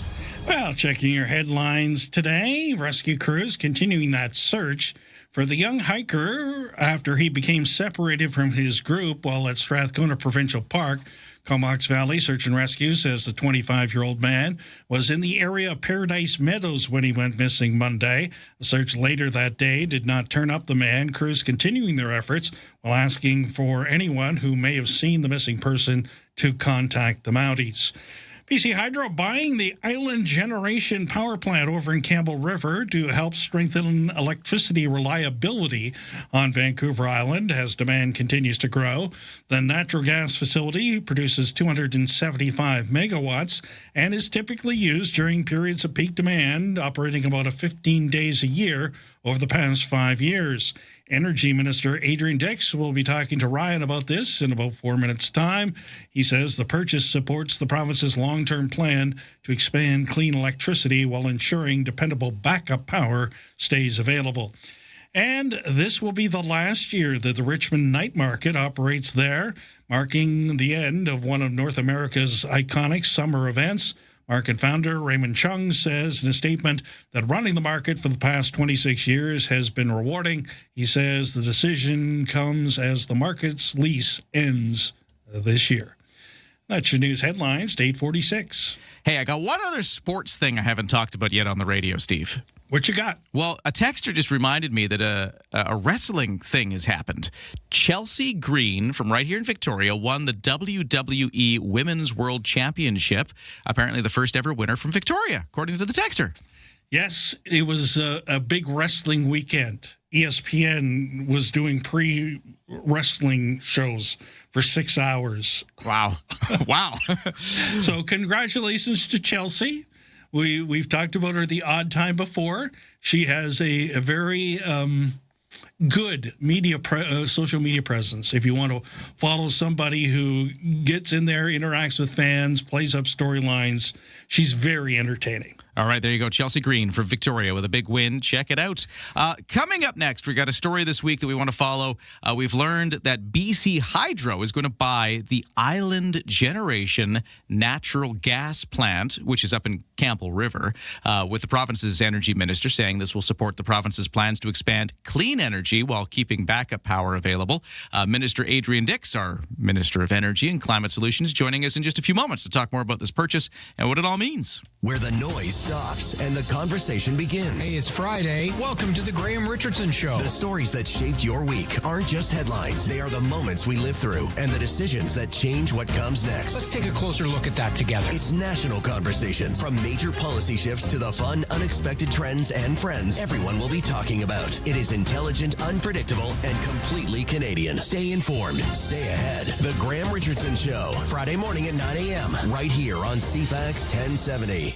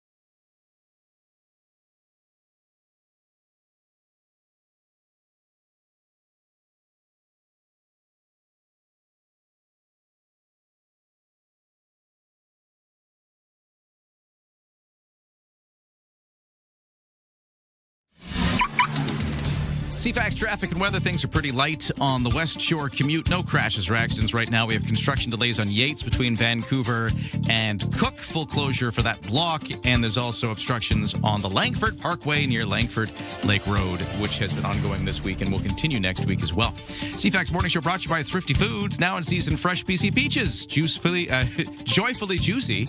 Tree ripened under the Okanagan sunshine. Pick some up today at Thrifty Foods.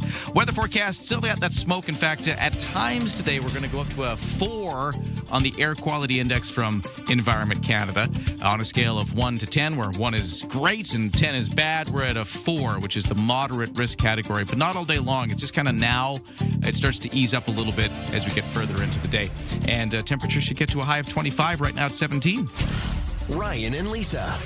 Mornings on CFAX 1070. Remember, you have us in the palm of your hand. For listeners on the go, listen live on the free iHeartRadio app. There's a natural gas power plant up near Campbell River that BC Hydro is purchasing, they say, to help strengthen electricity reliability on Vancouver Island as demand continues to grow. We're going to find out more about this right now with Adrian Dix, Minister of Energy and Climate Solutions, joining us on the line. Sir, how you doing? Hey, good morning. How's it going? It's going all right. We were just actually on the radio a few moments ago talking about how Victoria's Chelsea Green, the wrestler, won the big WWE Women's World Championship. And you were mentioning we were omitting a very critical part of the story just when I was talking to you off the air. Well, she won it in a match where they hang the belt, the title belt, above the ring, and you have to climb up a ladder to grab the belt, and she won it in that way. I think it's called a tables, ladders, and chairs match. It's a great Canadian tradition, of course, in wrestling, dating back to when I was a kid, Canada's greatest athlete, Gene Kiniski. And so Chelsea Green, you know, Bret Hart, all these people who are great legends of professional wrestling in Canada and in the world. And Chelsea Green is the latest champion from Victoria, BC, Canada. Scrambling up ladders and tables and chairs to I guess, competing with other people trying to get there first. That's right. There's five of them. They're fighting each other, and so she got a clear path at the end after two other wrestlers knocked themselves off the ladder and fell to the floor, which is kind of dangerous. All of it's kind of dangerous, and that's how she won the title. So big day for Victoria. So it sounds like it's a lot like trying to buy a natural gas power plant in Campbell River. Is it sort of similar? It's not at all like that. Okay. In fact, we use that plant now. We do about 15 days a year, and we have for most of this century, right? And so what we're doing is ensuring a stable supply for what's called peak days. So we use it 15 days a year. They're largely the highest energy use days a year, so that we have that as backup for the system. It's important on Vancouver Island. We're also, as you may have heard a couple of weeks ago, doing a new battery project in North Cowichan. It's important to back up our power on Vancouver Island because about Vancouver Island dams like John Hart and others supply about 40% of the power on Vancouver Island, and we bring over from the mainland about 60% of the power. So this is useful for that reason. I think people get worried about it because they hear natural gas, right? But 98.4% of BC Hydro's electricity is clean. That's going to continue. In fact, that's going to be 99 soon. But this allows us some flexibility in our system because we're going to use a lot more electricity in the next 25 years. We just are. And we have to take a whole bunch of actions. We're going to use about 50% more electricity to ensure and to build out renewable electricity, clean electricity, which is really important for people in BC. And in these days when we're dealing with forest fires, really important for the planet. And why are we going to use so much more electricity? Is it population gains? Is it more electric vehicles putting demand on the grid? What is the reason for the big spike that's coming? Right. So we've seen, I was Minister of Health before I was Minister of Energy. In my last 3 years as Minister of Health, we added 550,000 people. And so you see that in developments everywhere. This requires us to upgrade our grid because a lot of it is 50 and 60 years old. And so we need to do that. And we have new industries, especially industries such as mining, for example, that are going to use a lot of electricity as well. This is good news for our province. That we're going to be needing more electricity. And, you know, frankly, there's real challenges. One of what I've been mostly focused on this week is the impacts of forest fires on our transmission system across the province and our distribution system across the province. Hundreds of BC Hydro workers are out there dealing with it right now. We need to take actions to increase the amount of electricity we have and to reinforce our existing grid. And this helps us, as we're making those decisions, keep the grid more stable. Now, back to the natural gas power plant that you're buying, BC Hydro is buying. So what was its backstory? So it was privately owned before, or who owned this thing before? Yeah, that's right. So in about 2000, it opened. A little before then, I think. It was part of the Outfalls mill up there, right? So this allowed them a second utilization. The mill closed in 2010, and so it no longer provided sort of full power to the grid, but it provided the gas plant provided this what's called peaking power for peak days of utilization. And so we've had a contracted agreement with the company that owns it, Capital Power, over the last number of years, more than a decade. And now we're going to purchase it to ensure that we have that stable supply while we build out all forms of clean energy. Yeah, so you kind of answered it, but I was going to ask, what do you get owning it versus the previous arrangement where you were still getting the power? You know, why do you need to buy it? Yeah, it gives us it gives us some more stability. There were some questions as to whether it could continue to function. It has the following advantages, and you see this when you build anything new, even a renewable, even a new dam, right? It exists, it's modern, it's already connected to the grid, and it's about 1% of our grid or electricity in BC it represents. But replacing that 1% would be extremely expensive. So this gives us stability. We own it, and now we can use it to manage our systems on the days when we're using the most electricity. But what we really have to do is allow people to save money by conserving electricity. Power Smart 2.0, it's a significant new plan, our biggest Power Smart plan ever. We've got to optimize our existing resources. This is kind of part of that, which is to ensure that we're using to the maximum. So we have a project called Revelstoke 6 where we're adding a 6th turbine to Revelstoke, and we're upgrading all of our dams so we get more electricity from existing dams. That's the least expensive way of doing things, always. And finally, we have to build. And so we have, for example, 14 clean energy projects right now around BC. So those are the things we have to do to meet the demand of electricity over the next 20 years. This is a significant challenge for the province, but a real opportunity as well. And because we have BC Hydro, we're able to do that in an organized, effective, and very importantly in this time of climate change, in a way that supports climate action.